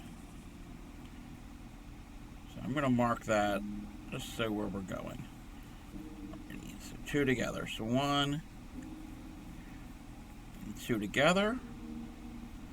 1 and 2 together. 1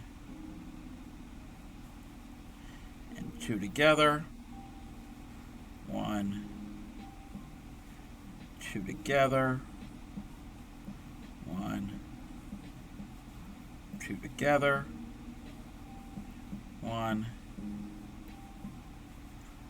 2 together. And then it says cut yarn, long, pull loops.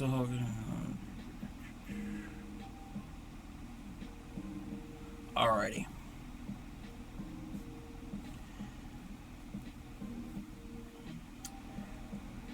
So I'm going to chain 1, and I am going to cut my tail pretty long. And I got to find my yarn needle.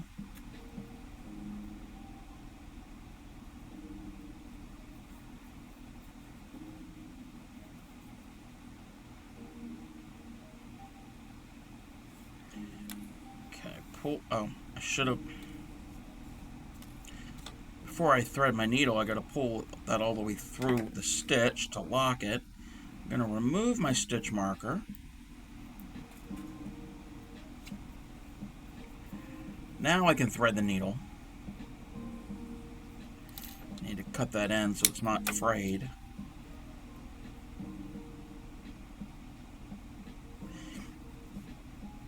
Pull that tight, and then all I'm going to do is I'm going to do a gathering stitch or a running stitch.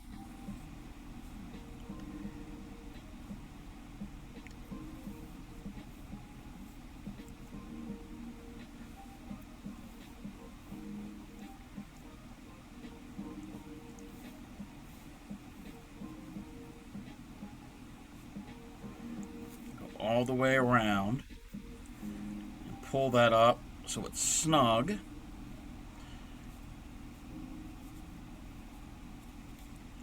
And let's see.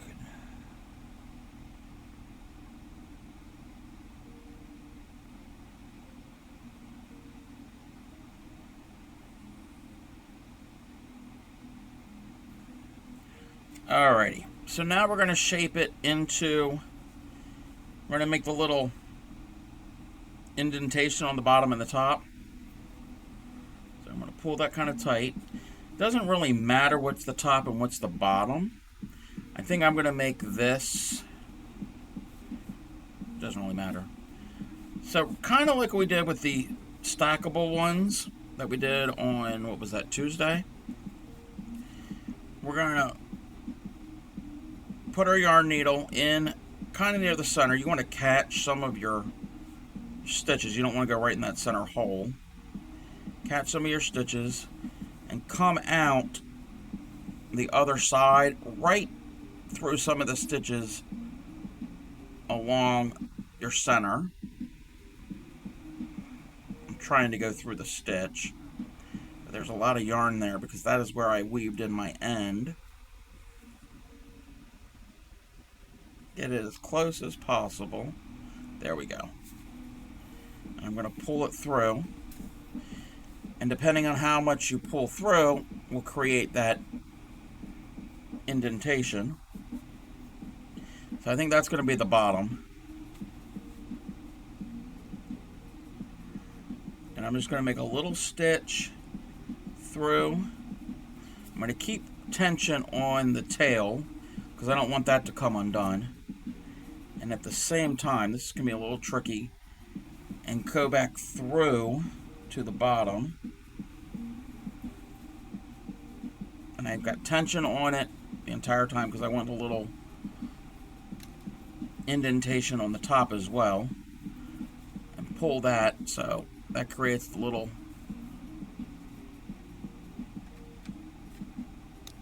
what do you call it? I don't know what you would call this thing. Little dip. And then just go back through one more time once everything is under tension.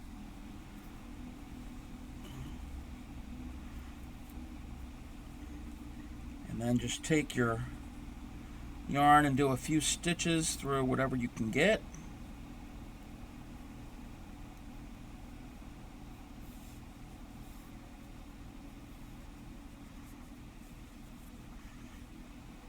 And try to stitch this up. There's some holes here that are a little visible, but you're going to do your best.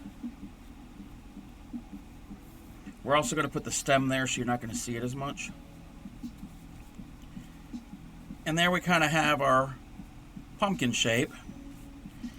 I'm going to leave this tail on, and I'm going to get the brown for our stem.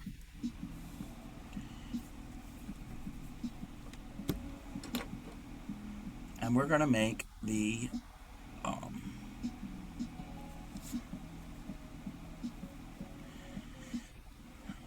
stem for this. Okay, I need something to drink. If anybody needs to take a little break to hydrate, to stretch their fingers, to stretch their arms, get up, walk around, I usually try to do that when I'm on the ad break. Alrighty, for our stem, the stem is real simple. I'm going to do a slip knot and I'm going to chain 11. 2, 3, 4, 5, 6, 7, 8, 9, 10, and 11. And we're going to single crochet in the second chain from the hook. And I know you won't be able to really see this because it's brown. Second chain from the hook. And in each of the additional chains that are here, you're going to have a total of 10 singles all the way down.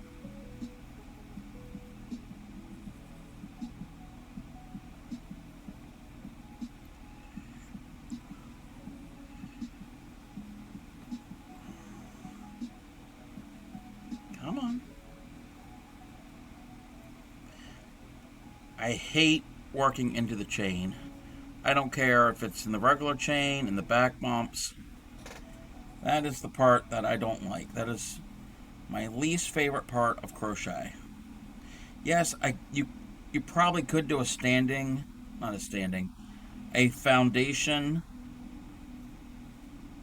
chainless foundation. That's what it's called, a chainless foundation. But we got our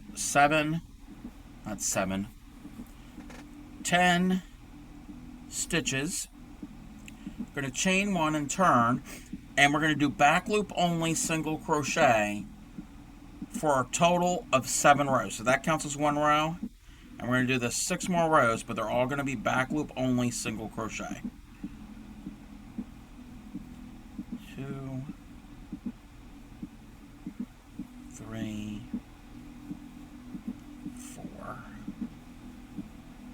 5,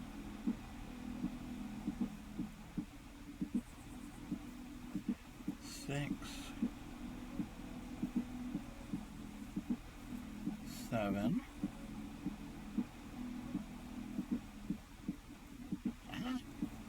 8, 9, and 10. So that is row number 2. We're going to have a total of 7 rows. Numbers, words, don't work for me. So, chain 1 and turn. And again, you're just doing back loop only.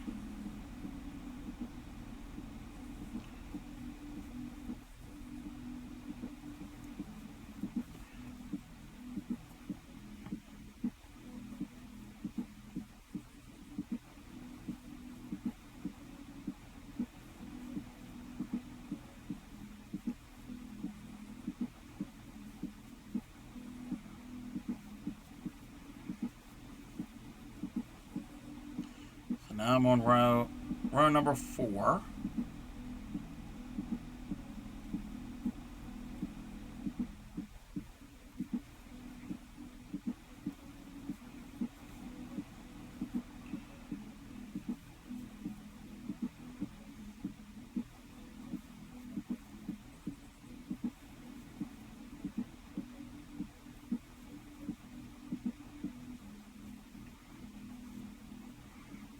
Now row number 5.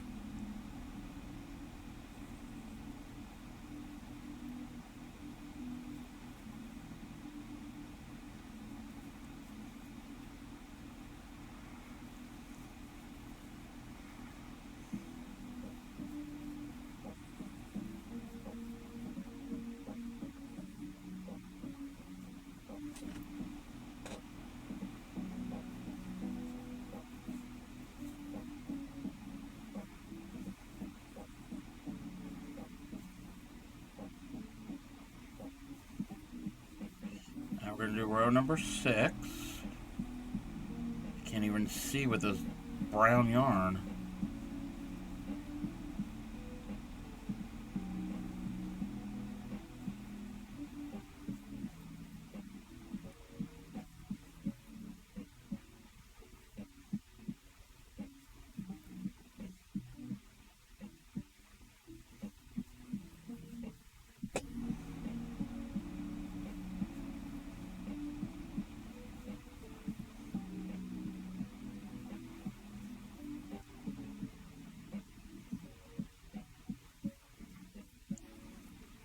And row number 7.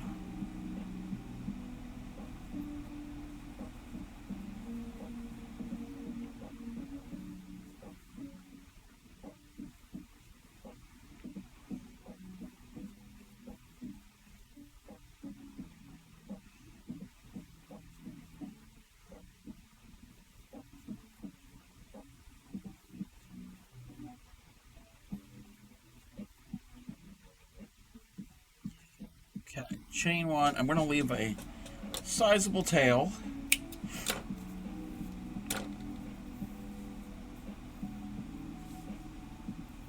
I'm going to get my yarn needle.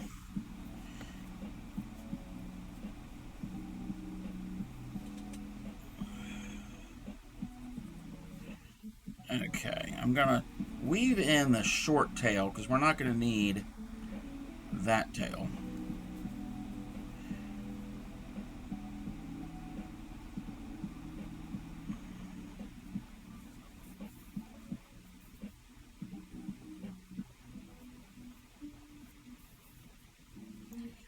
And cut that. And now with the long tail,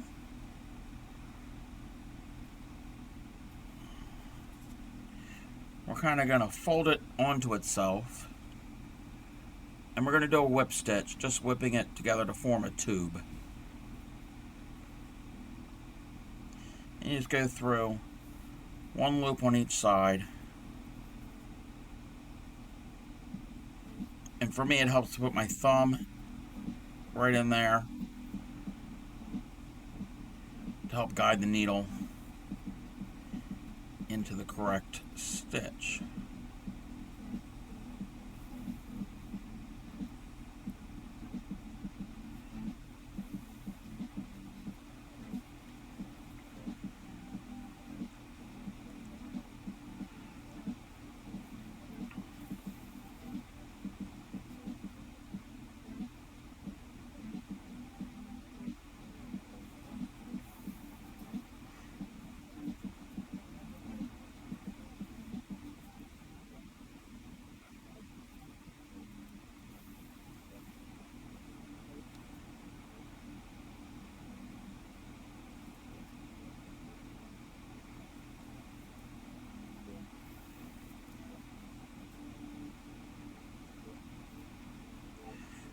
Alrighty, once we do that,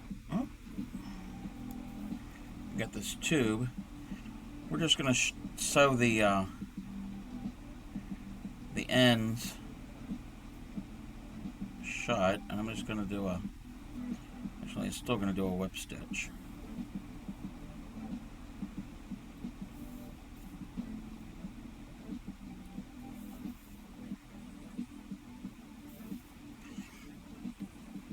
I'm just going to weave in my ends however I can get it in there. It doesn't have to be perfect. I just don't want to sew through both layers. So I'm going to put my finger in there and weave it in just so I don't sew it up too much. Let me double check one thing here on the instructions. Okay, we're good. Let's weave it in.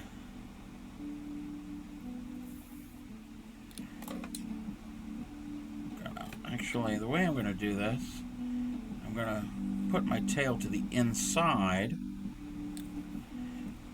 and I will cut that, leave the tail somewhat long, and now take some more stuffing, push the tail in there. We don't have to weave it in anymore because that's enough. It doesn't take that much stuffing. We want to stuff this, and you can use the back of your crochet hook to help stuff it, or whatever you have. You don't want to stuff it too full. I think my original example is stuffed a little too full, and you can see the stuffing come out. So this one I want to try to make it not as full.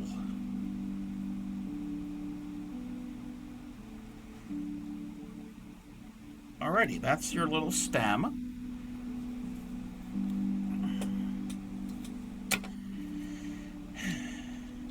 And what we're going to end up doing is we're going to re-thread the needle with our orange that we didn't cut off. You can also do this with the brown, it doesn't matter. We're going to attach our stem.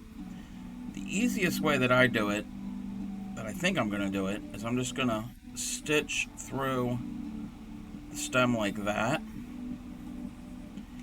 bring it down, put it into place,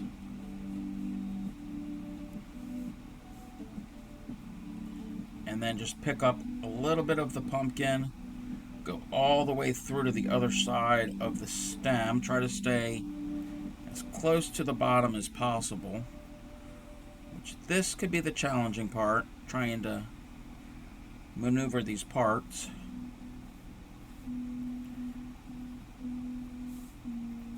And then do it the same way on the other side. You're going to go back and forth a bunch of times to really secure your stem onto the pumpkin.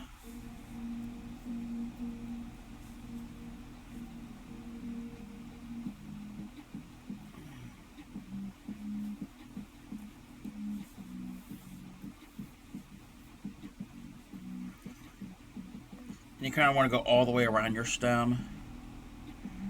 I don't know if there's a right or a wrong way to do this. You want to make certain that the base of your stem all the way around is connected.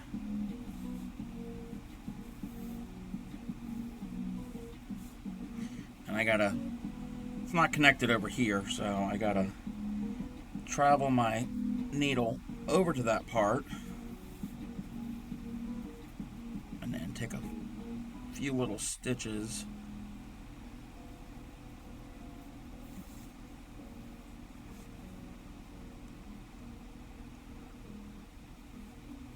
let's go back this way.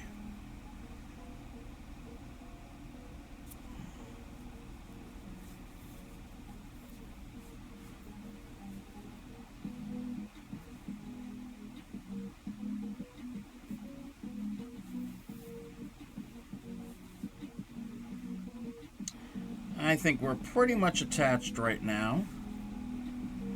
So I'm just going to do one more little stitch to lock it in place. And then I'm just going to take my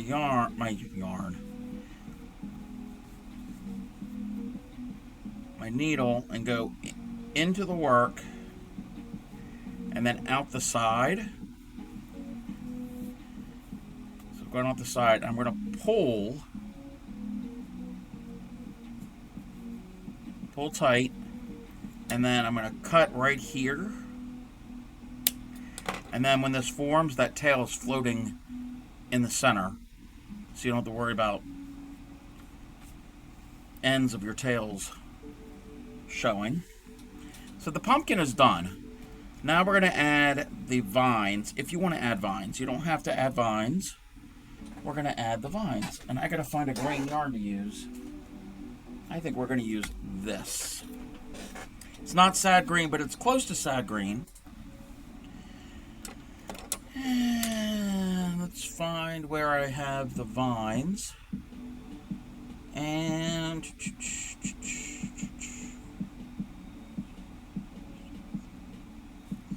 alrighty. And we're going to have an ad. When we get back from the ad, we'll do the vines. This would be a good time for anybody to take a bathroom break, a drink break, a snack break, a stretch. Stretch your fingers, stretch your arms, stretch your mind. All that good stuff. Alrighty, I will be back right after these messages.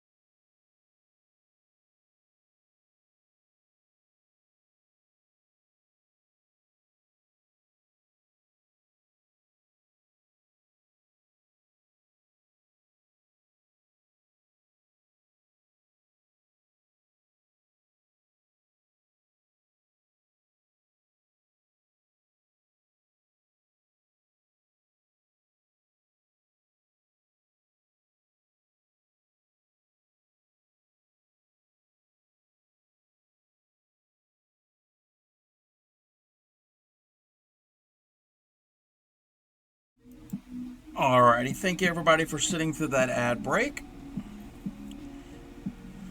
We're going to do the vines. You can do your vines as long as you want, as many as you want. They're recommending 2 vines, and they're somewhat small on this. but vines grow different numbers of vines, different lengths. So for vine number 1, they're both basically the same, just one's longer than the other. So vine number 1, we're going to chain 21. 2, 3, 4, 5, 6, 7, 8, 9, 10, 11, 12, 13, 14, 15, 16, 17, 18, 19, 20, 21. And then what we're going to do is the second chain from the hook, we're going to put 3 single crochets, and then all of the remaining chains will get 3 single crochets. So we're going to make a spiral. So the first one will get 3 single crochets. 1, 2, 3. The next one gets 3. You keep doing that for each one. So we're going to end up having, what's 20 times 3? 60. So we're going to have a total of 60 singles. 2 and 3. This will automatically, naturally curl on itself because we're packing a lot of stitches in these chains. I'm trying to find the stitch to put it in. 1, 2, 3. And if you happen to miss a chain, I don't think it's going to be the end of the world. That part of the vine will just grow kind of weird.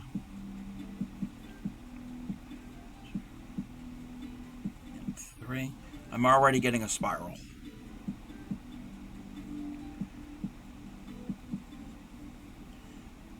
1, 2, and 3.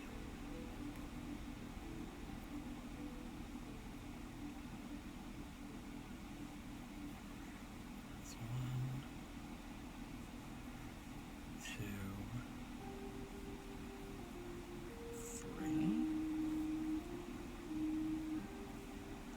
This is just going to take a little bit of a time because you're working into those chain stitches. 2 and 3. I think for this pumpkin I'm only going to have 1 vine.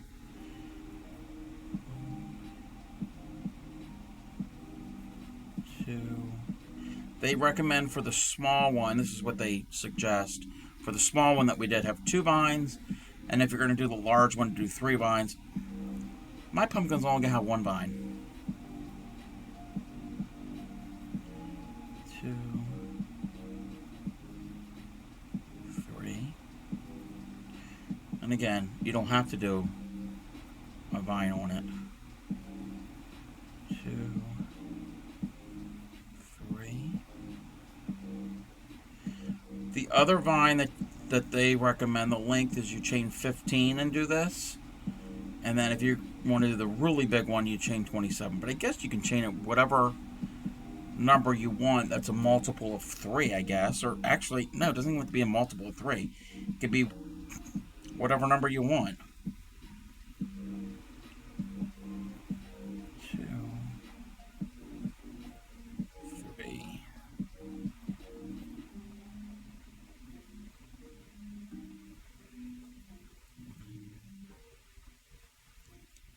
2, 3.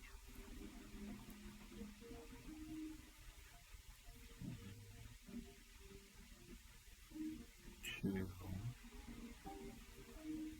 3.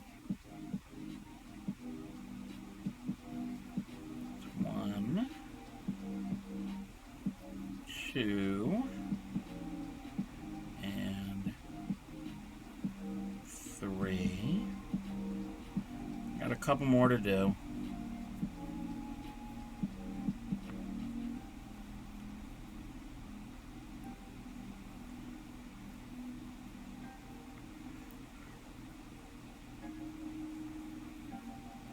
Oops. 1, 2.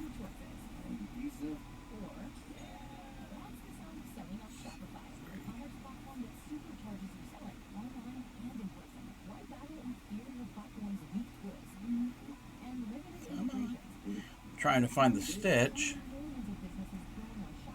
because when you put a lot of stitches in there, it makes the next chain, difficult to find.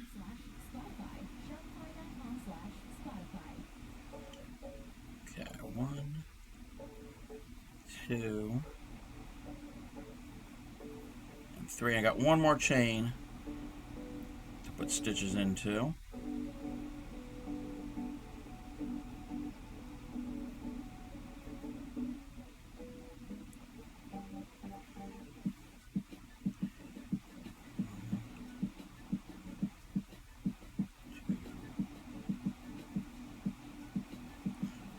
Alright, now I'm going to chain one. Got a somewhat long tail, doesn't have to be too long. Pull that through. Our original tail we can just weave in, we don't need. Because we're going to end up attaching it with the long tail that we just finished with.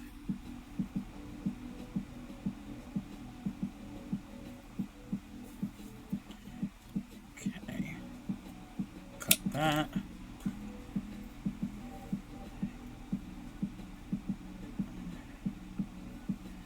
Alrighty. And now with your long tail, pick a spot wherever you want to attach it. It doesn't really matter. Somewhere close to the stem, obviously. And you're just going to do a couple little stitches and sew it right on.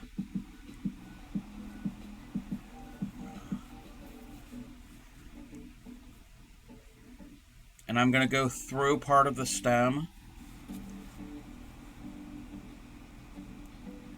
just to make certain it's attached.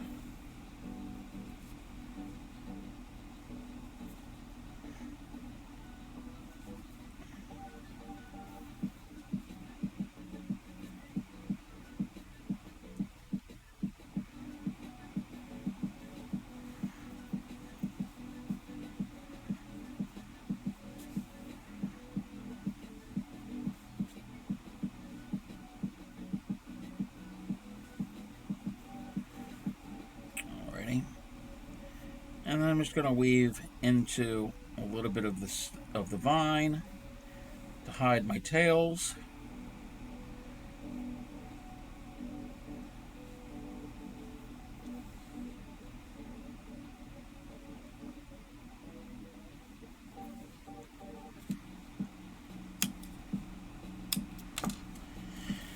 And there we go. We got our cute, you can always reshape it and fluff it however you need to, because your bottom and your top have already been stitched down, so you're just distributing the stuffing. If you want to make it a little bit taller, you can do it that way, so it's a little bit taller, which I kind of like that. It's squat, but it's not as squat as my other one. The other one's a little squatter. And that's how you do the braided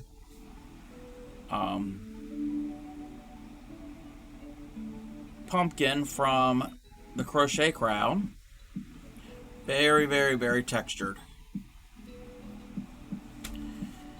Again, you can put multiple vines on it, or no vines. Pretty fun to make. Takes some time, but I really like them. Alrighty, we're not going to end the stream. I want to go longer. We will get out a Project Linus project after I move my remnant of stuffing. Move the orange yarn, move the brown yarn. I don't know if the traveling tatter is still here. I know she's lurking, and I don't want to take her away from the lurk, but if you were still within earshot of me. Hey there, Monstru, how are you? I'm pretty good. I just showed how to make this festive braided crocheted pumpkin for the upcoming season. Well, the current one. Technically we are in fall right now. And got one in a different colorway. Yeah, I really like it. It's really fun. It's a little complex. It takes some time, but it's not too advanced. I would consider this an intermediate level crochet project. It takes some knowledge of some little more advanced techniques, but it's not super advanced. Alrighty. I don't think Tatter's listening. She might have stepped away or might be just have me muted, which is fine.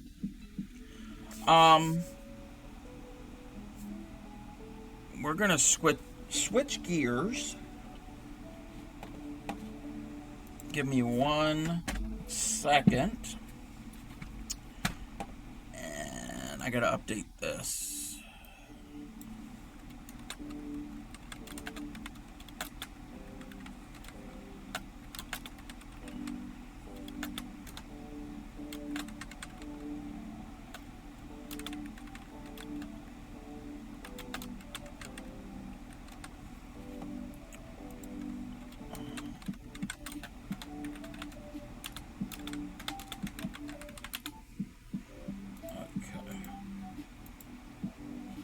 We've updated that to so which says the Project Linus. I'm going to switch scenes, move my keyboard, and I got to pull up my pattern. Here we go. And again, welcome Monstru. How are you? I am the Crafty Cub. Mostly crochet. I will be doing other craft,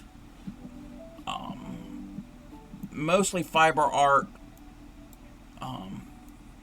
crafts come the new year, but crochet is my favorite. Let me switch. I forgot to switch this. Gotta enable that. I gotta disable that. I gotta enable that. All my little automatic messages. I stream usually 4 to 5 nights a week. This week's an exception. I've been streaming a lot. Usually teach different crochet stitches and small little patterns. On Saturdays, we do Project Linus blanket. Well, since it's not Saturday yet, but since I got done what I was going to be doing, what I wanted to do tonight, I'm going to work more on the Project Linus blanket. Project Linus is a nonprofit in the US and Canada. They accept handmade new blankets, either crocheted, knitted, quilted, etc.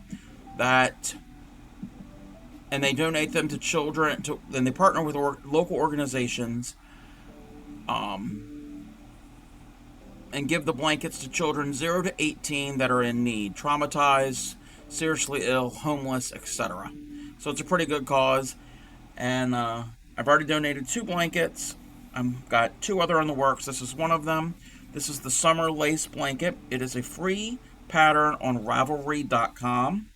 I would post, actually, there's the link right there in the chat if you want that pattern. I'm running out of this yarn, but I've got other yarn the same weight, slightly different colorway. I have to find it. I know it's one of those totes there. I've got a bunch of yarn earmarked for Project Linus. It's a slightly different colorway, but I think it will work. It's still white with pastels, but I think the pastels are slightly different. But I think it will still work, because I need to make this at least 30 by 30, because that is what my local chapter will accept. And I'm at 25 and a half, 26. So I'm going to have to go whole lot longer, or wider and longer. Hey there, Sophie. How are you? I just finished our braided pumpkin. We made this. This is my sample, and we made the orange one on stream. And I wish the camera would do better with the orange color. It looks sickly. You're out of breath. Are you okay? If you're out of breath and need help, don't sit here and watch me. Get help.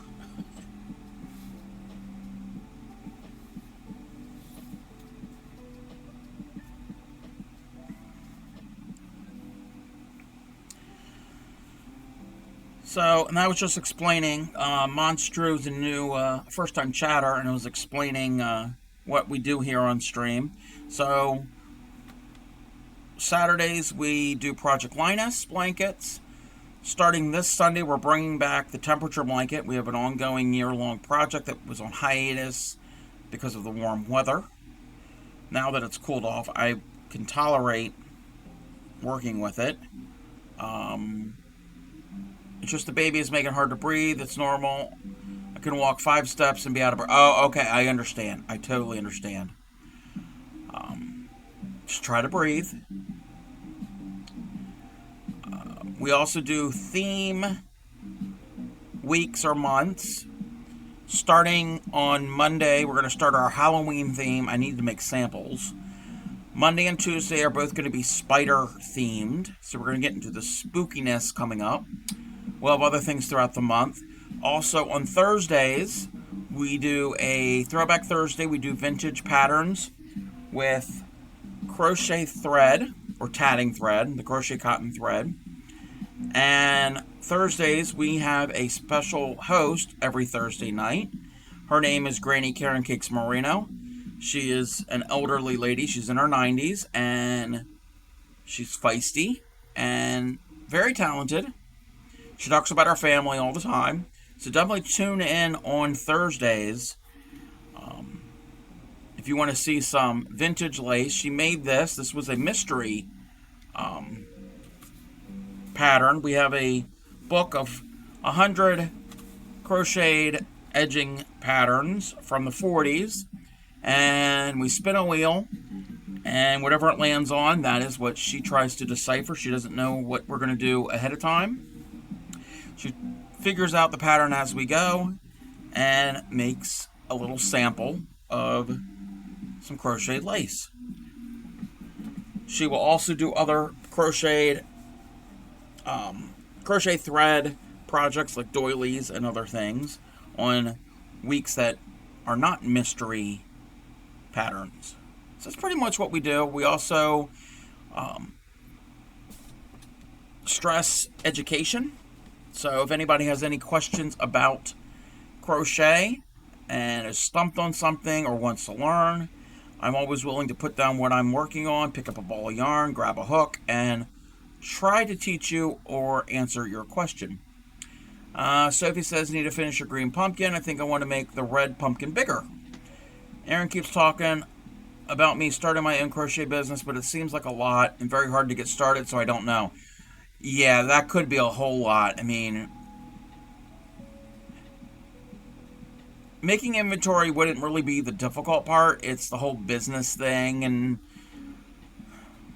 if you're going to do online, you got to worry about the figuring out the shipping, and then if you make over, and if with any business, if you make over a certain amount, you got to report your earnings, and then also if you're going to be setting up at farmers markets or craft fairs or any type of in-person thing, you got to figure out, let's see if there's a fee that they would charge, and then you have to have your tables and a canopy and your signage, and there's a lot to be involved instead of just let's just make a whole bunch and sell it.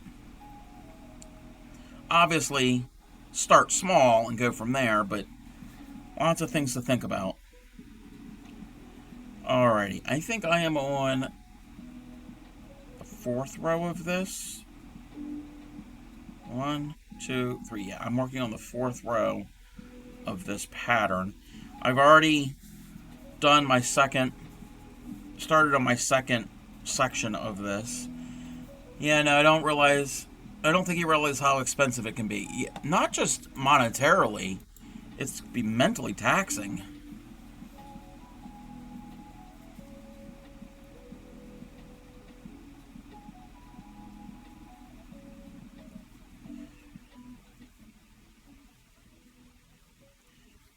So I need to get more progress on this. I've done a whole lot. I still have to do the other baby blanket that we haven't touched on in a while. I think I might work on that tomorrow night stream. It's called Aiden's Radiating Diamonds. It's a it's a type of fillet work, and it's got like this flower motif in the center. Well, kind of like a stylized flower. It's not really a flower, but it kind of looks like a flower to me. But we'll work on that one, I think, tomorrow.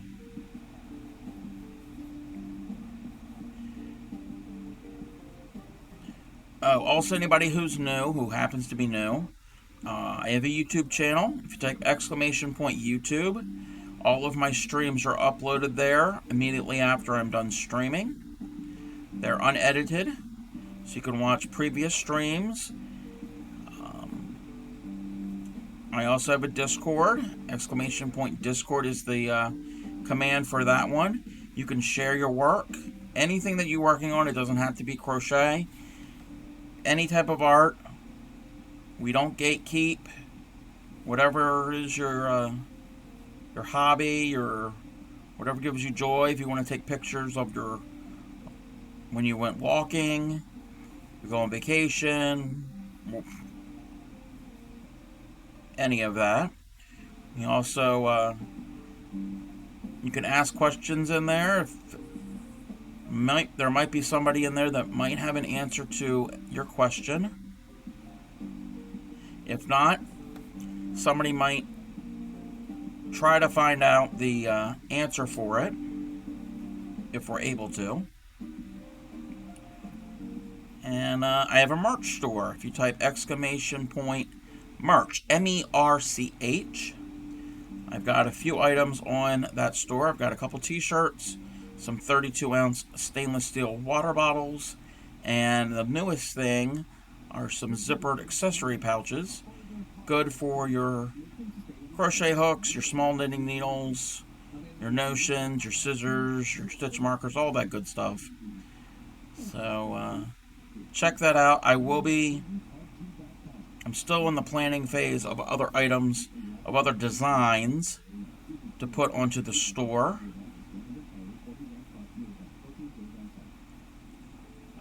A lot of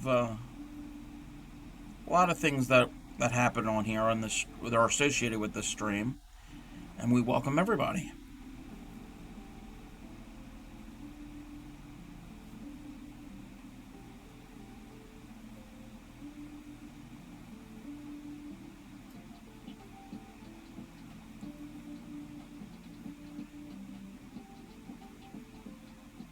And I'm debating whether or not to do anything for my 1-year streamiversary that's coming up sometime early December. I have to look up that exact date.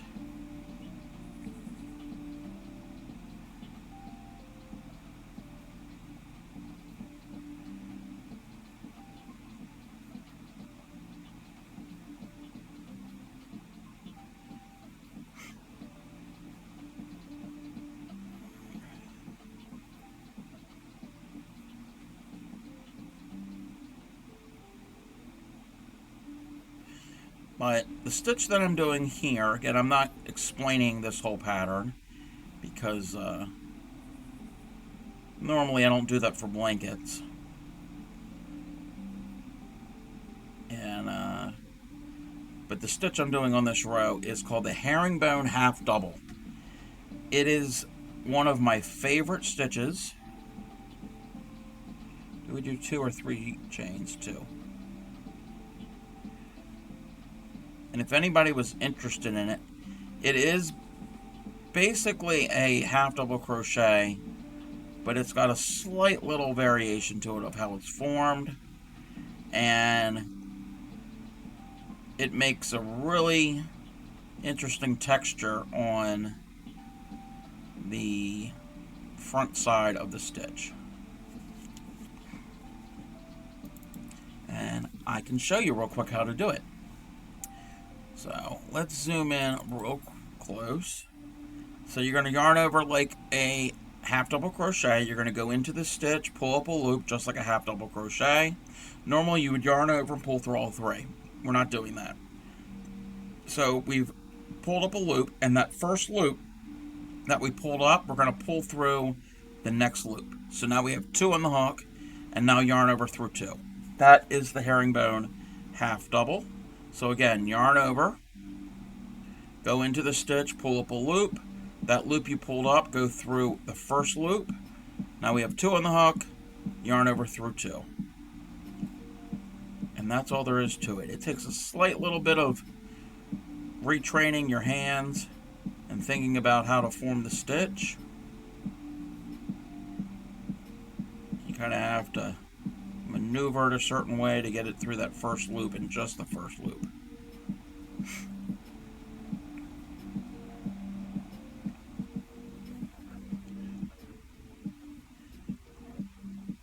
And this is the same stitch that pair of socks that I'm need to get back to is made with.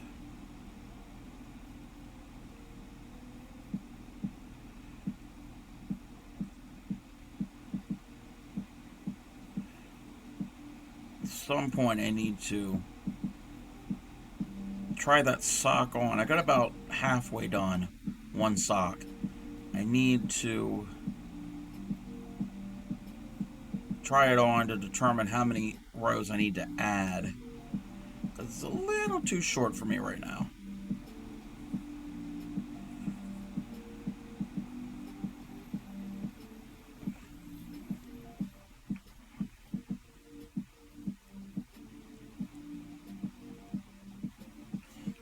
Double check this.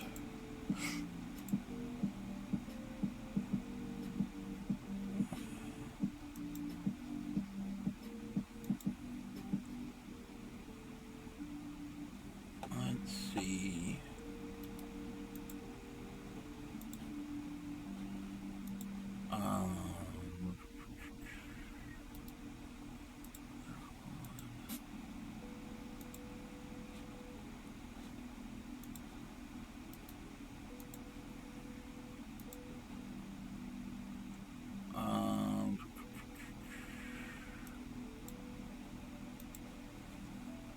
Alrighty. I had to double check something.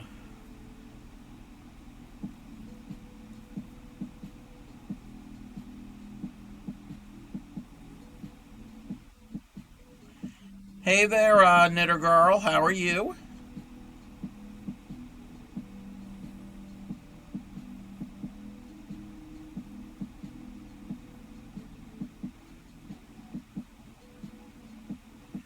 We finished our braided pumpkin tonight. I'm pretty good. Oh, we're zoomed in way too close. We finished this tonight to go along with our sample, so we have 2 pumpkins. Cute, fun, highly textured pumpkins.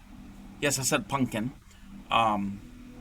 They are the braided pumpkin from the Crochet Crowd on YouTube. So they have a large and a small. This is the small version. I didn't do the large one yet. I probably off camera I might do a large one and find a different colorway. Debating. I don't know if I have enough yarn. Excuse me. I probably don't have enough yarn of it, but I've got some Lion Brand homespun yarn in like this golden maize color.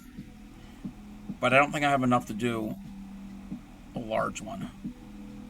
That might be fun. It's also going to be a headache because homespun is a pain to stitch with. But that's what we did, and now we've switched over to our Project Linus blanket that I've been working on. One of them that I've been working on. I've had this really thin baby yarn for many years, and I'll never use it, and most of the people I know, for the most part, aren't having children or aren't thinking about having children. So it's not like I need this yarn to give as a gift or anything. So I decided to use it for Project Linus.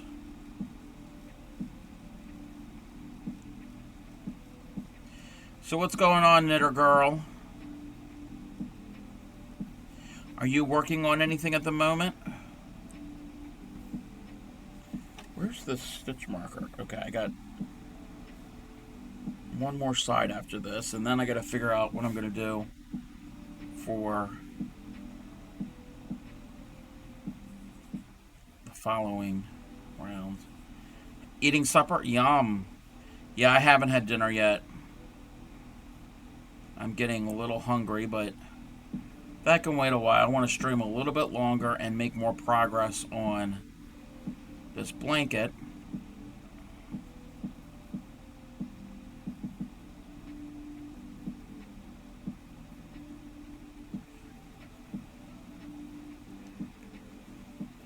Let me just double check something. So it's 4, 5, 6, 7, 8, 9, 10, 11. Okay, yeah, this is the 12th round. And then we will do the border, and I might have to repeat. Yeah, because I got to make this there's a minimum size requirement. So when I get done this, I don't think I'm close to 30 inches. I definitely have to go much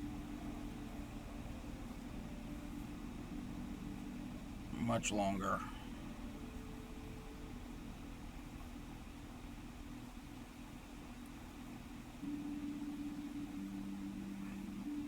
But I really, really, really love the texture on this. It's got a texture, but it's subtle. It's not super textured.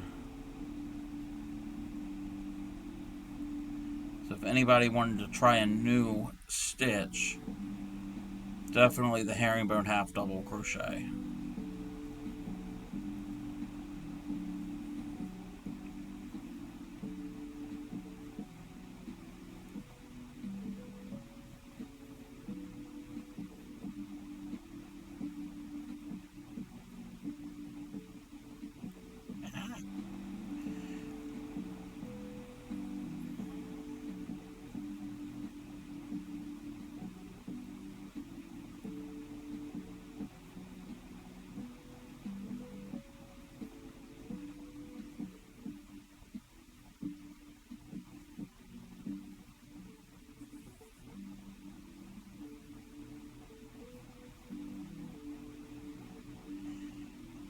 But I will be running out of yarn, and I'll have to go and find the other cake of it.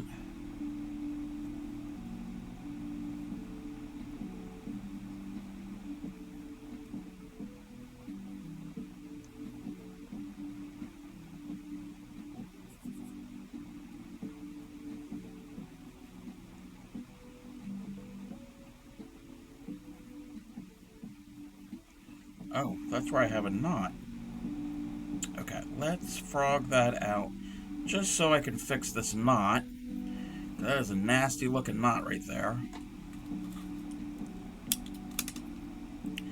Let's do a weaver's knot just to make it a little bit nicer.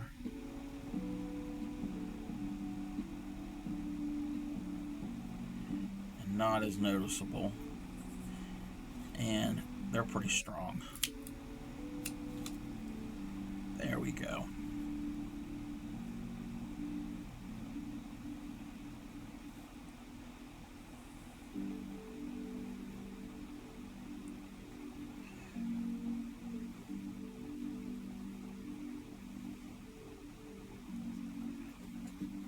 Okay.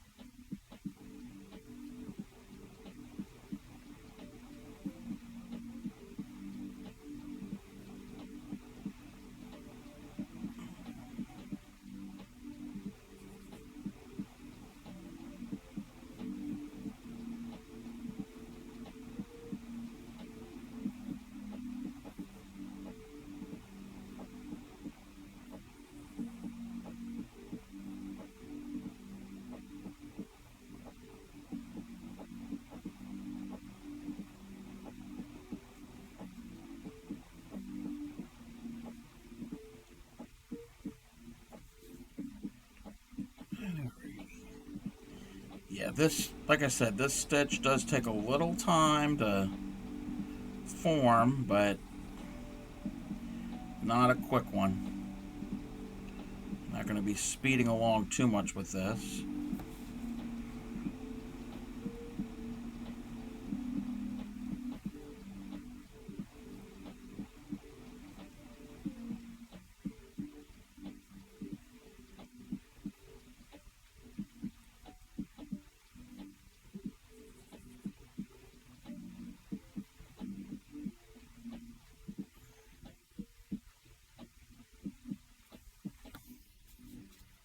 And when I get done this, I can measure it.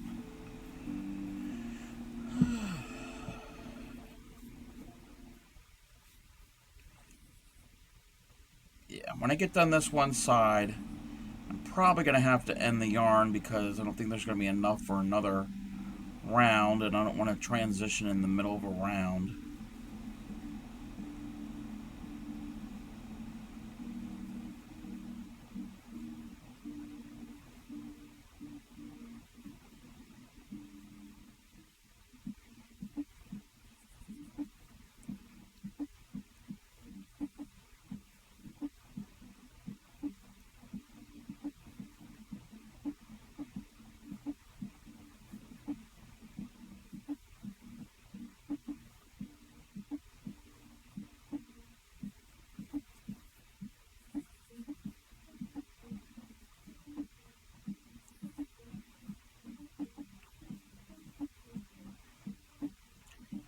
Yeah, get to the end, I think we're going to find somebody to raid.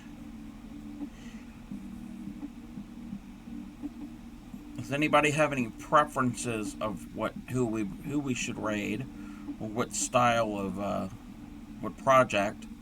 Like if we want to raid to a crocheter or knitting or embroidery. I don't know if anybody's embroidering. I got a couple of my channels that I follow. A bunch of them are on at the moment. I don't know if they're going to be on when I'm ready to raid, but we'll see when that time gets here.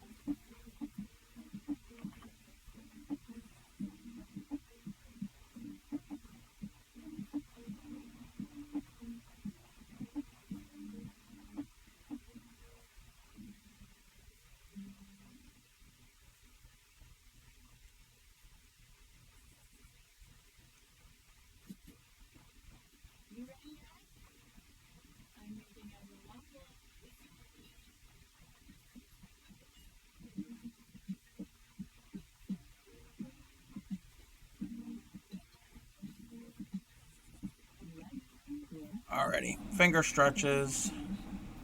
It's been a while since I stretched them.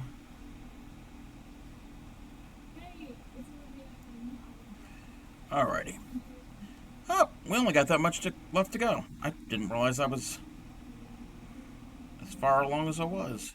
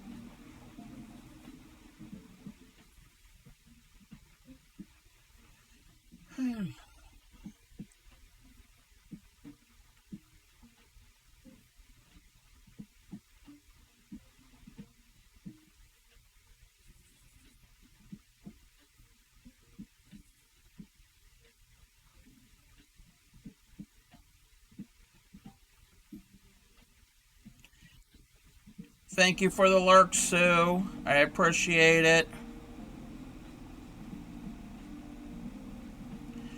Alrighty, let's see.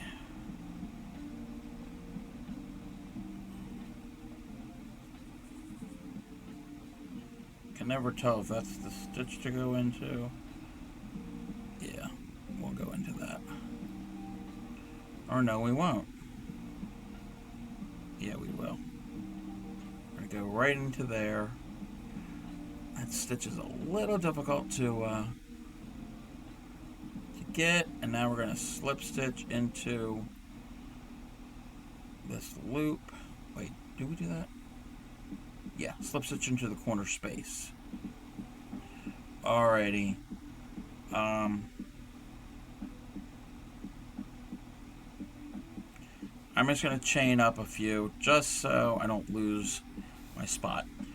And that's all I got left of it, so I don't think we're going to be able to do the next round in that color. We'll have to pick a different coordinating yarn. Alrighty, let's move this along. I want to thank everybody for tuning in tonight and watching me make our little 3D braided pumpkin, little squishy pumpkin. Yes, I'm venturing into Amy's. Check out the YouTube channel. Let's pull up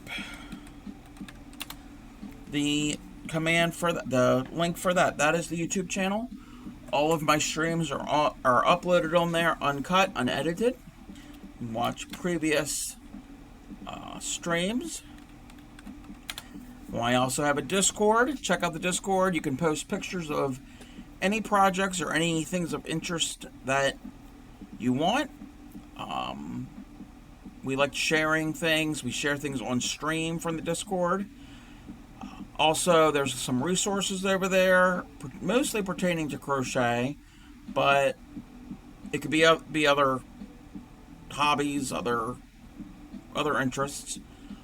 You can also ask questions over there.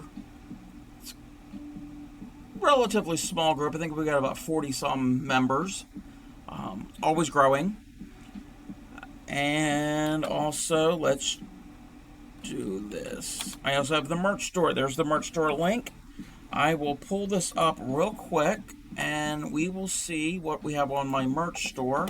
I will share my screen. Here's my merch store. So on my merch store, I've got 2 different colorways of a t-shirt. Colorway meaning the pattern on it. One has a pink ball of yarn and pink lettering. The other one has blue, and they come in different colors. Each colorway has different options for colors of shirts. Let me click on this one real quick. This is the pink one, and it comes in these colors: the purple, the heather charcoal, the yellow, the royal blue, and the deep royal. So those are the options for that one. And then the blue colorway, and the yellow, the purple, a light gray, a red, and a deep royal. In addition to the t-shirts, I also have the water bottles. Stainless steel, 32 ounce. They have a removable cap and straw. They have a flip top straw. They are in the blue and the pink colorways. And on the back it has my URL for the stream. Same thing with the t-shirts. On the back of the t-shirts we'll have the URL. So there, that is in the blue colorway. And then I also have it in the pink. And then the newest additions are these accessory pouches. They are zippers. This is in the pink colorway. On the back it does have the URL, of course. We have the light blue, the denim blue, which I like the denim blue, the medium gray, the purple, and the yellow. I think out of all of those, the denim blue might be my favorite in that one. And let's go back to the blue one. This comes in a light purple, in a mint, in a light gray, in a yellow, and in a pink. I like the pink and the mint. Those are my two favorite ones in that option. So if you're interested in a accessory pouch and want to support the stream, that is one way to do it. And apart from subs, bits, and all of that good stuff, and just watching ads helps support my stream also. So everyone does their little part, and I appreciate everyone.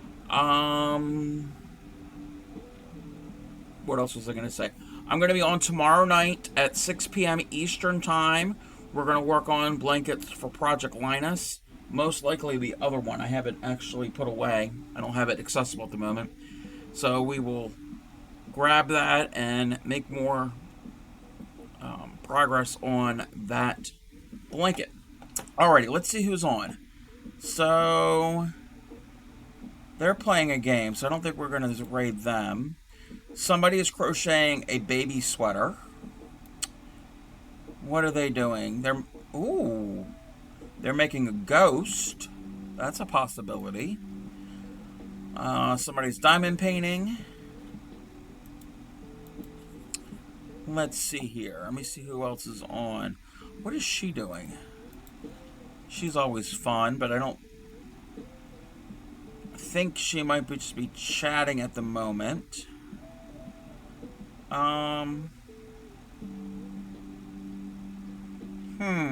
Let's see. I don't think... Does anybody have any preferences? Did we want to go and watch somebody diamond paint? Did we want to see somebody crochet little ghosts? Somebody is crocheting a baby sweater, which the baby sweater is adorable. And then this other streamer, they're just talking at the moment. I know they crochet, they sew, I think they knit. Let me just double check. She does a bunch of different things.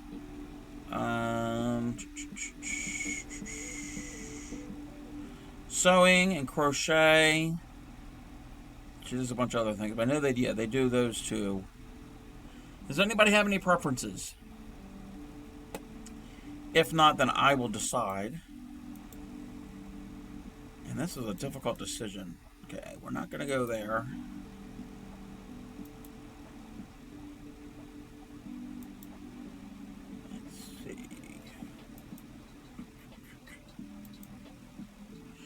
If we don't have any suggestions, then I think we're going to go and raid.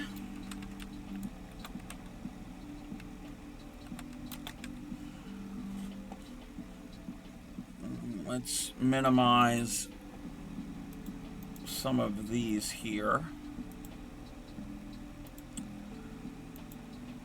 Alrighty.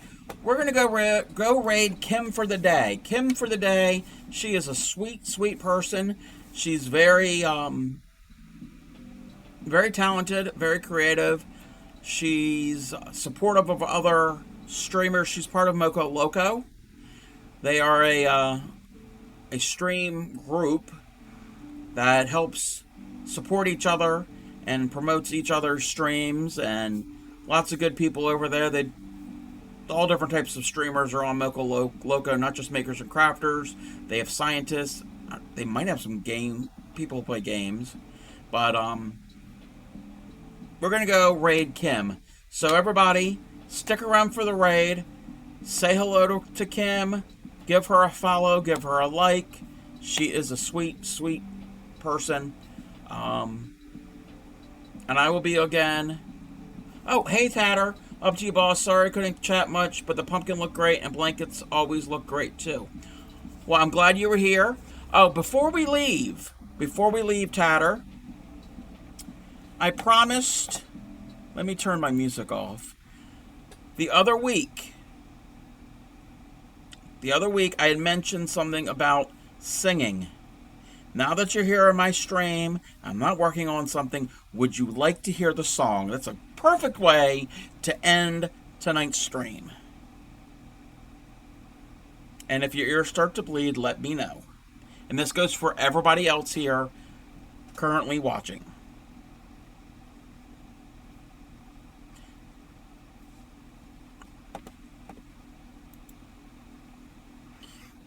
Tatter's probably thinking, Tatter's like, I don't know about this.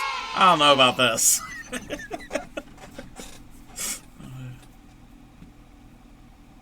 It's not a long song. It's very short.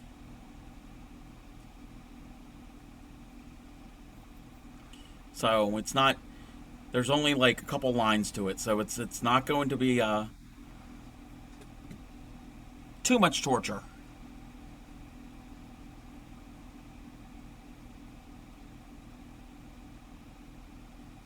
So you ready, Tatter?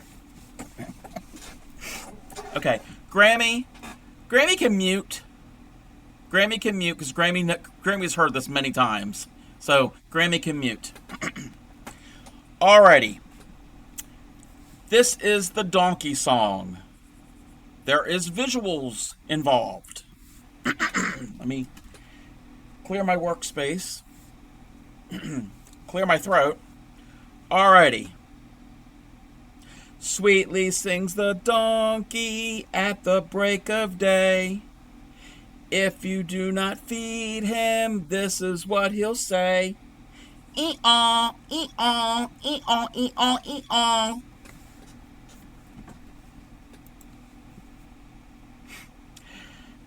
And then my viewer count goes down. That is the donkey song. So, you're very welcome, Tatter. So, if you want, I can give you the lyrics, and you can practice. And you can spread the donkey song to your viewers. Backstory was, in middle school, both me and my sister, we both had to learn that in chorus class. It was like a warm-up thing. It was horrible. So, yeah, we've sung it for family members, young family members, children, and they look at us like we're from another planet. Anyway. Oh no, I don't sing, but I did wonderful. Well, I've had decades of practice. Oh wait, why didn't it do wait, did it do the badum-tis? Wait a minute. I think lately my chat audio commands have not been working. It works for me, but doesn't work for other people. Okay, that one worked. Well, I just did it, Grammy, so it's going to be a while. But I don't know why it didn't work the first time. But, yeah, you spelt it right the first time. Yeah, I have to go in and figure that out, how to make it work. Anyway. So we're going to go raid Kim. I don't know what she is working on at the moment. I think maybe she just started. I'm not certain. She's probably just chatting at the moment. I don't know what she has planned for tonight. It just says Controlled Chaos, which we always love chaos. So again, everybody stick around for the raid. Say hi to Kim. Follow her if you're not following. And I will be back on tomorrow night, 6 p.m. for... Tomorrow we can go for the second verse. I don't know the second verse. I haven't learned that one. I will be on tomorrow night for Project Linus Blankets. So everybody have a good night. And like I said, stick around for the raid. We can go raid Miss Kim. And come on, waiting for the little thingy to go down. Whatever. Come on. Alrighty. So I will talk to you all again tomorrow if I see you. And if not, then I will talk to you the next time I see you. And I'm just rambling right now. Everybody have a good evening. And happy crafting.